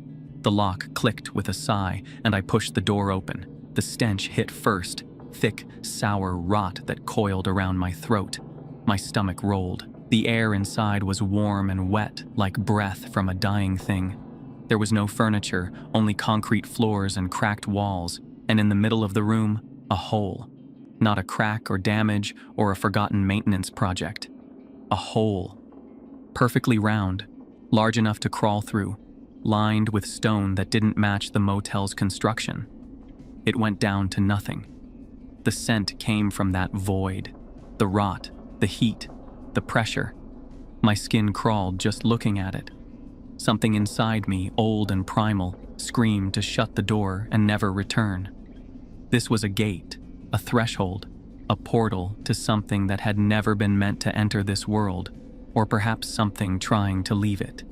I closed the door and leaned against it, sweating and shaking, eyes wide. My mind began to spiral, connecting pieces I hadn't dared to before. Could this be where the night visitors came from? That stench, that unnatural void in the floor. This room was wrong. I remembered seeing shadows linger near this hallway, vague shapes I'd dismissed as tricks of the light. But now, I wasn't so sure. Maybe this was a gate they used, a place they crossed through, night after night, wearing other people's faces. Then I remembered room 5, the medallion, the shadows. That door had secrets too, and I hadn't had a chance to understand them. I turned and headed down the hall. I was halfway to the room when the front bell rang. A man stood at the entrance, alone, no luggage. Room 5 echoed in my mind. He had the same stiff posture, the same unreadable expression. I watched him more closely this time. He blinked too slowly and turned his head with a pause like he was waiting for something. His movements were too calculated and deliberate, like someone mimicking human behavior without understanding it. "Room for one," he said. I walked back behind the desk, slid the room 5 key toward him and stood up. He took it without a word. I followed him down the corridor, eyes studying each subtle, unnatural twitch in his stride. The peeling wallpaper, the odd stains near the doorframe, and the slight hum in the air now seemed to frame something I shouldn't be walking toward. The door creaked open, and I peered inside. It was clean. Too clean. Sterile. Nothing personal. But there were marks on the floor where furniture had been dragged, dents in the wall like fists had once slammed into them. A chair lay on its side in the corner. He stepped in and stood silently in the center. I locked the door and returned to the lobby. My eyes drifted to the TV, a soft buzz humming from channel 63 as static danced across the screen. For a moment, it looked like nothing had changed. But then, flickers of movement began to form behind the noise. Shapes started to emerge, figures slipping in and out of the haze. I leaned in closer, eyes straining. The static shifted into something uncanny. There I was, standing in the lobby, staring directly into the screen. It was me, watching myself. My breath hitched, sweat forming at my temple.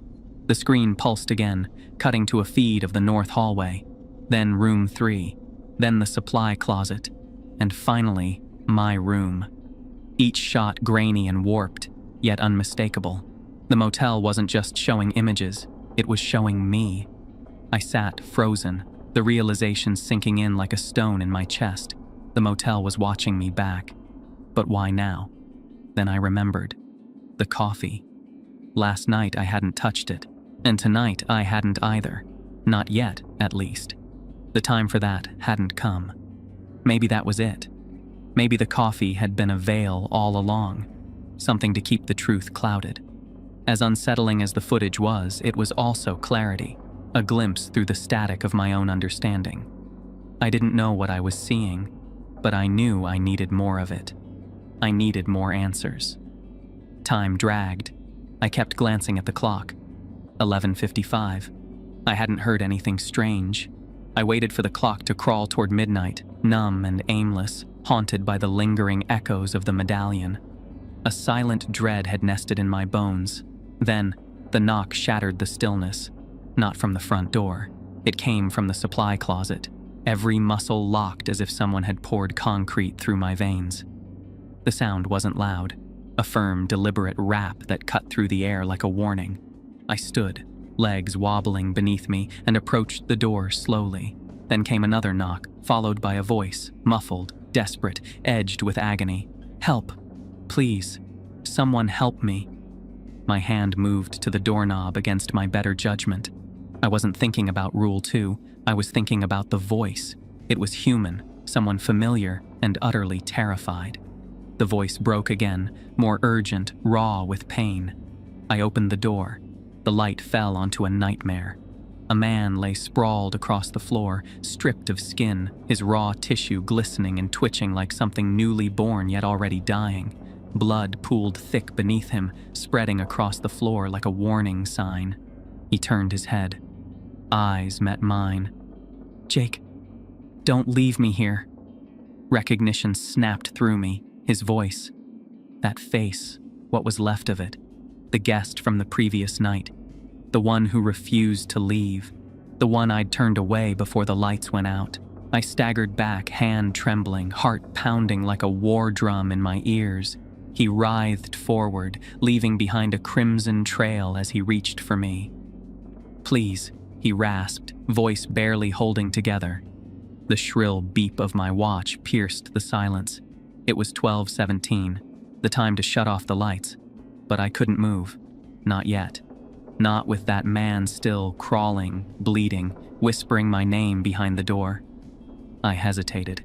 If I stayed, if I tried to help him, maybe I'd become like him. Skinless, writhing, crying for salvation that never came. Fear surged through me like fire, and I knew I didn't have the strength to fight both the rules and whatever waited in that darkness. With trembling hands and a hollow heart, I closed the closet door, each inch of it sealing away the sound of his plea. I turned and ran, every step a betrayal, every breath heavy with guilt. I reached the lobby and killed the lights, and I waited.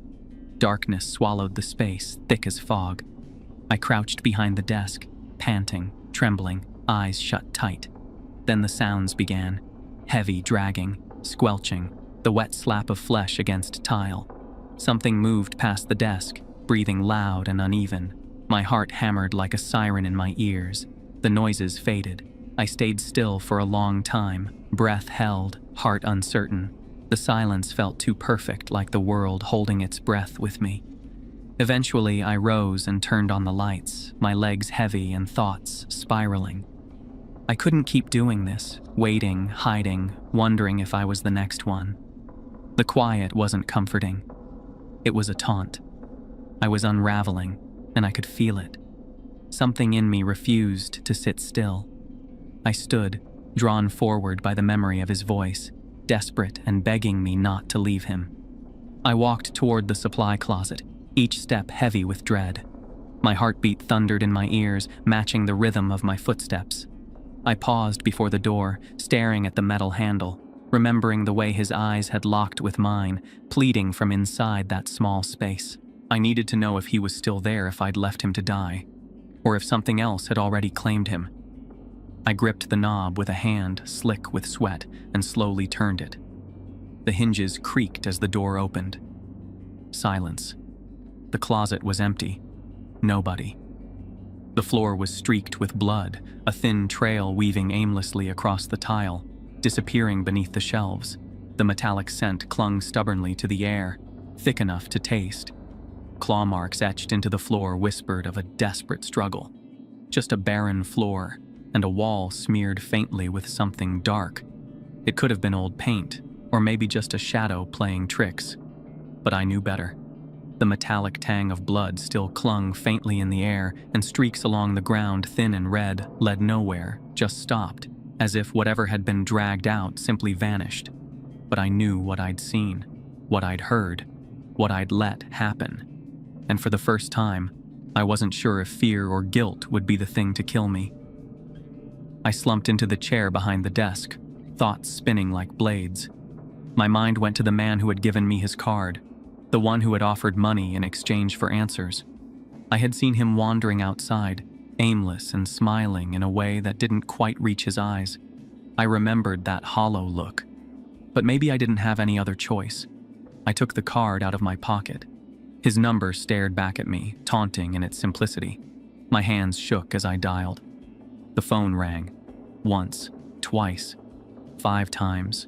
Finally, it picked up. Hello? His voice was calm, polite, almost bored, like he didn't remember me at all. It's Jake, I said, voice hoarse. You ask questions. About this place, I need to talk.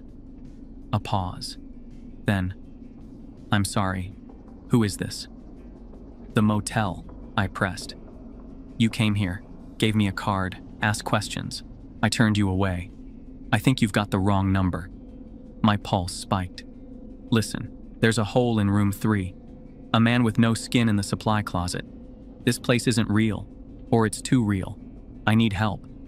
There was silence. Then the voice on the other end changed. You broke a rule. Don't push your luck. The line went dead. I stared at the phone. The dial tone buzzed endlessly in my ear, each note another nail in the coffin of my sanity. I couldn't breathe. My chest locked, every breath shallow and tight. My thoughts raced, tripping over each other in panic. That voice, distorted and guttural, scraped against something deep inside me. It wasn't human, not even close. And if that thing could reach through a phone line, maybe nothing was safe anymore. I reached for the thermos under the counter, the one that always appeared at 3:33. My hands trembled as I unscrewed the lid and lifted it to my nose. It smelled like coffee, but I knew it wasn't. I poured it into a glass. The liquid oozed out, thick and tar-like. It wasn't brown, it was black, and it shimmered faintly under the light. Like oil, like something dead. What had I been drinking every night? Something was off. Every sip had dulled my thoughts, fogged my memory. They were feeding me a lie, using it to chain me to this place. Whatever was in that thermos served not to help me stay awake, but to keep me asleep. Keep me blind. Keep me here. I stood there for a long moment, staring at the glass. Then I carried it into the bathroom and poured it down the drain. The thick sludge clung to the porcelain before slowly disappearing. I stared at my reflection in the mirror. "I need to get out of here," I whispered. And I meant it. I no longer started my shift. I confronted it.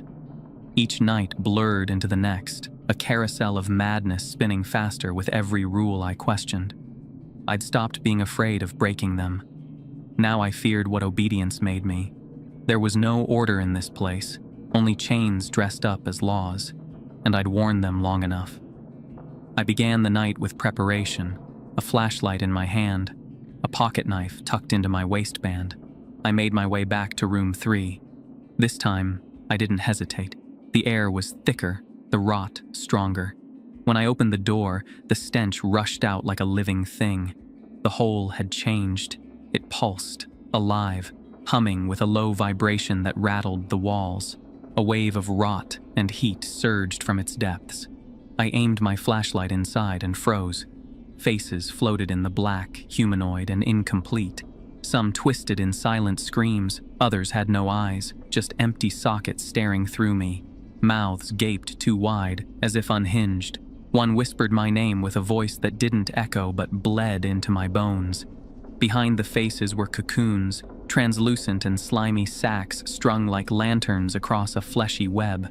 Within each, a human form writhed. Some wore half-grown skin, others still twitched, rebirthing into something new. I realized with a sick drop in my gut that these were skinwalkers, incubating, waiting for their moment to emerge, to slip on stolen flesh. The stench turned metallic. I gagged, my knees buckled. I stumbled back, chest heaving, slammed the door with trembling hands and leaned against it, bile rising in my throat. As I turned to the supply closet next, a new wave of dread clawed at my chest. I hesitated mid-step, my eyes fixed on the door. The last time I opened it, I found a broken man, skinless and suffering, begging for help. He hadn't been there when I returned. The memory tightened around my ribs like a vice. Still, something inside me whispered that I couldn't keep avoiding it.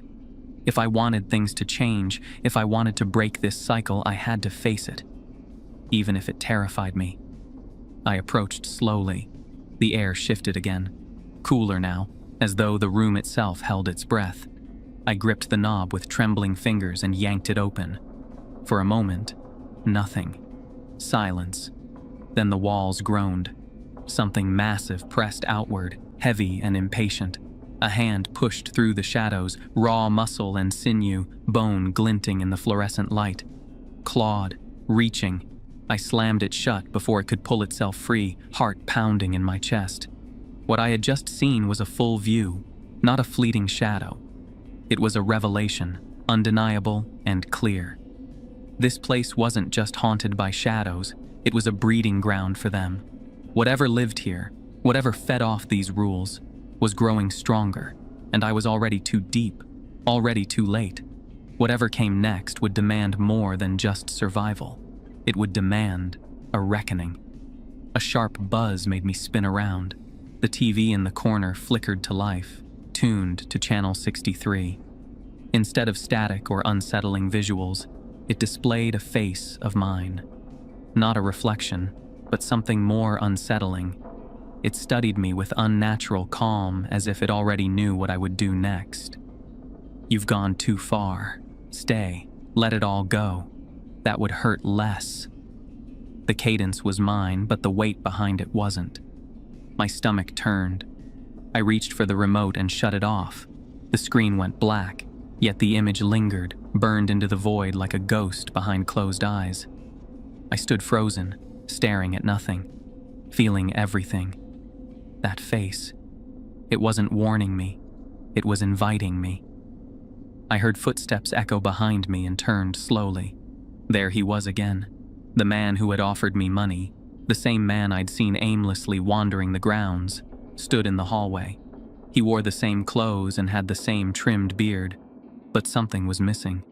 His smile was stretched too tight, his eyes void of recognition. It was like he'd been reset. I took a step closer. He didn't flinch. He simply looked at me and said, in the calmest, flattest voice I'd heard all night, "I don't know you. Are you a guest here?" My stomach sank. I had spoken to him. He'd offered me a bribe. He'd wanted answers. I opened my mouth, but no words came. He turned, about to leave, then paused and faced me again. His voice dropped, something deeper pushing through. "You can't change anything unless we let you. Stop trying. Walk away. That's the only peace you'll get." Then he walked off as if none of it had ever happened.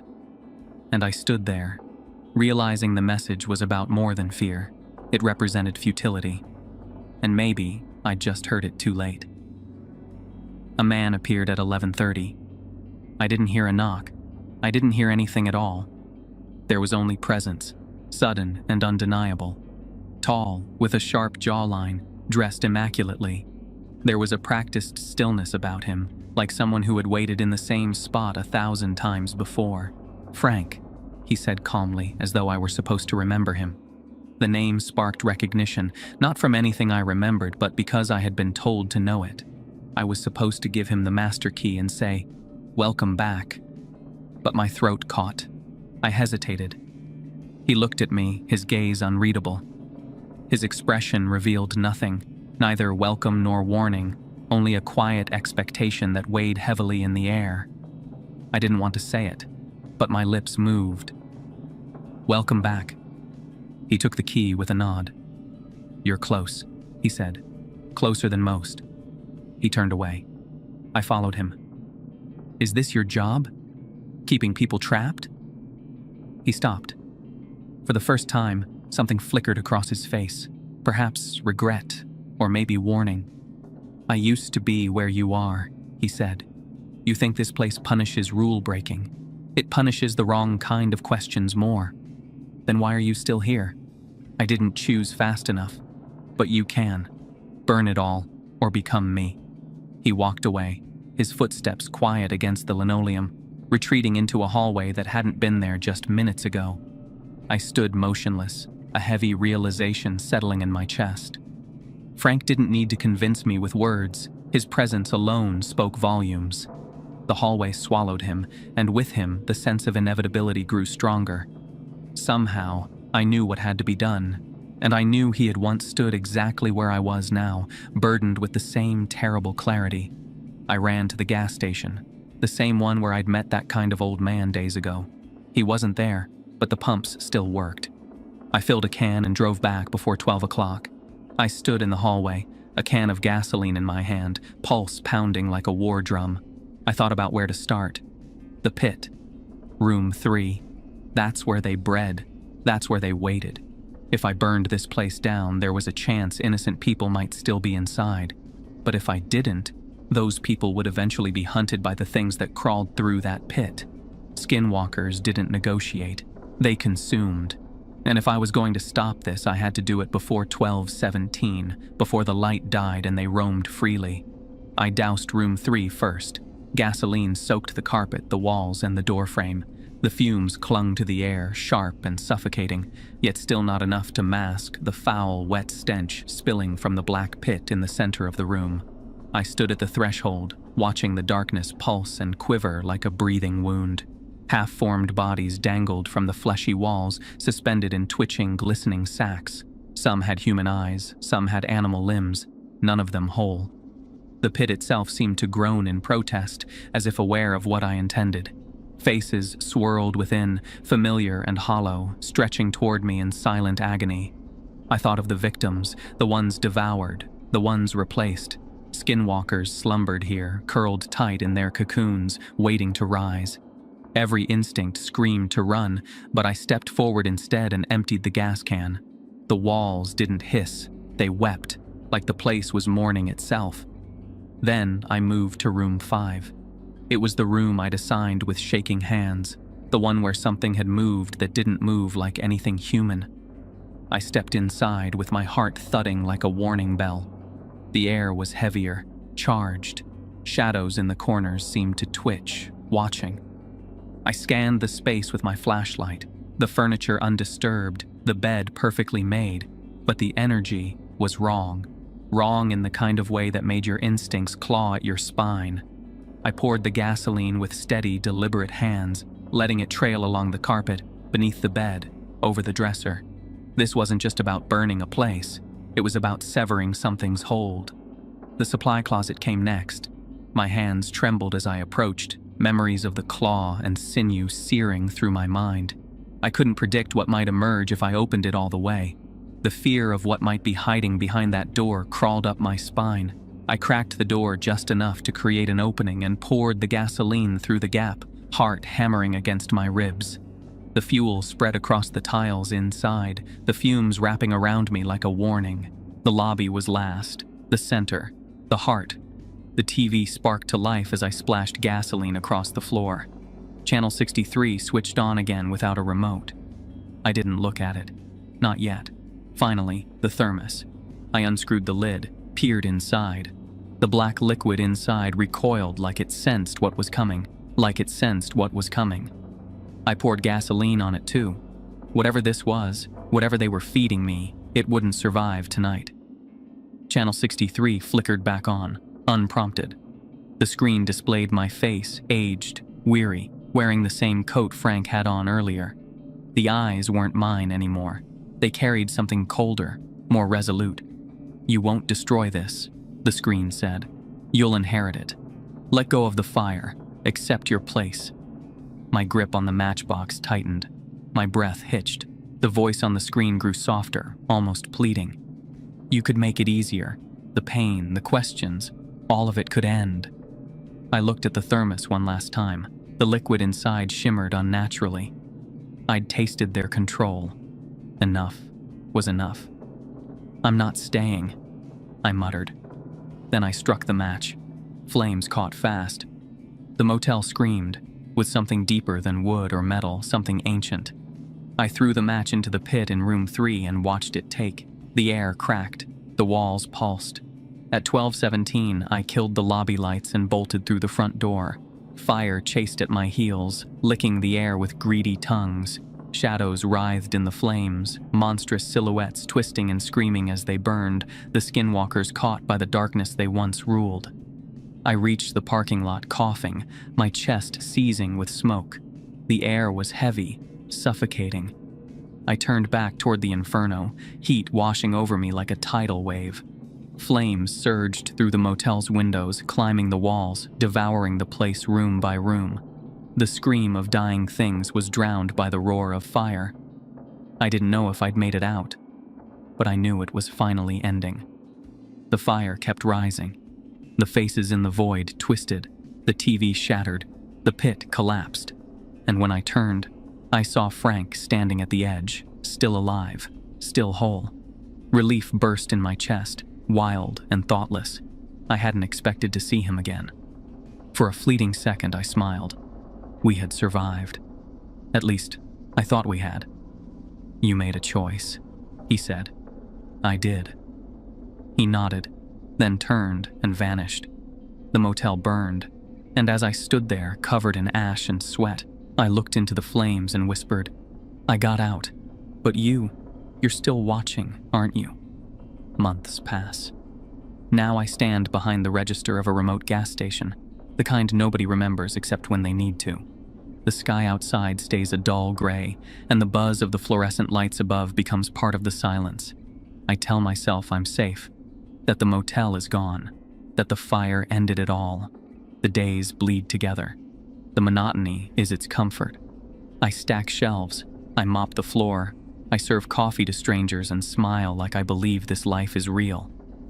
Until the bell rings. I glance up. The man at the counter stares with vacant eyes and a grin that stretches just a little too wide. My breath catches in my throat. He's not just any customer. He's one of them. The pit may have burned, the rooms reduced to ash, the screams silenced, but something escaped. He tilts his head, the smile never fading. No words, just that look. Recognition without humanity. The air is heavy again, thick with unseen pressure. My hands tremble as I take a step back.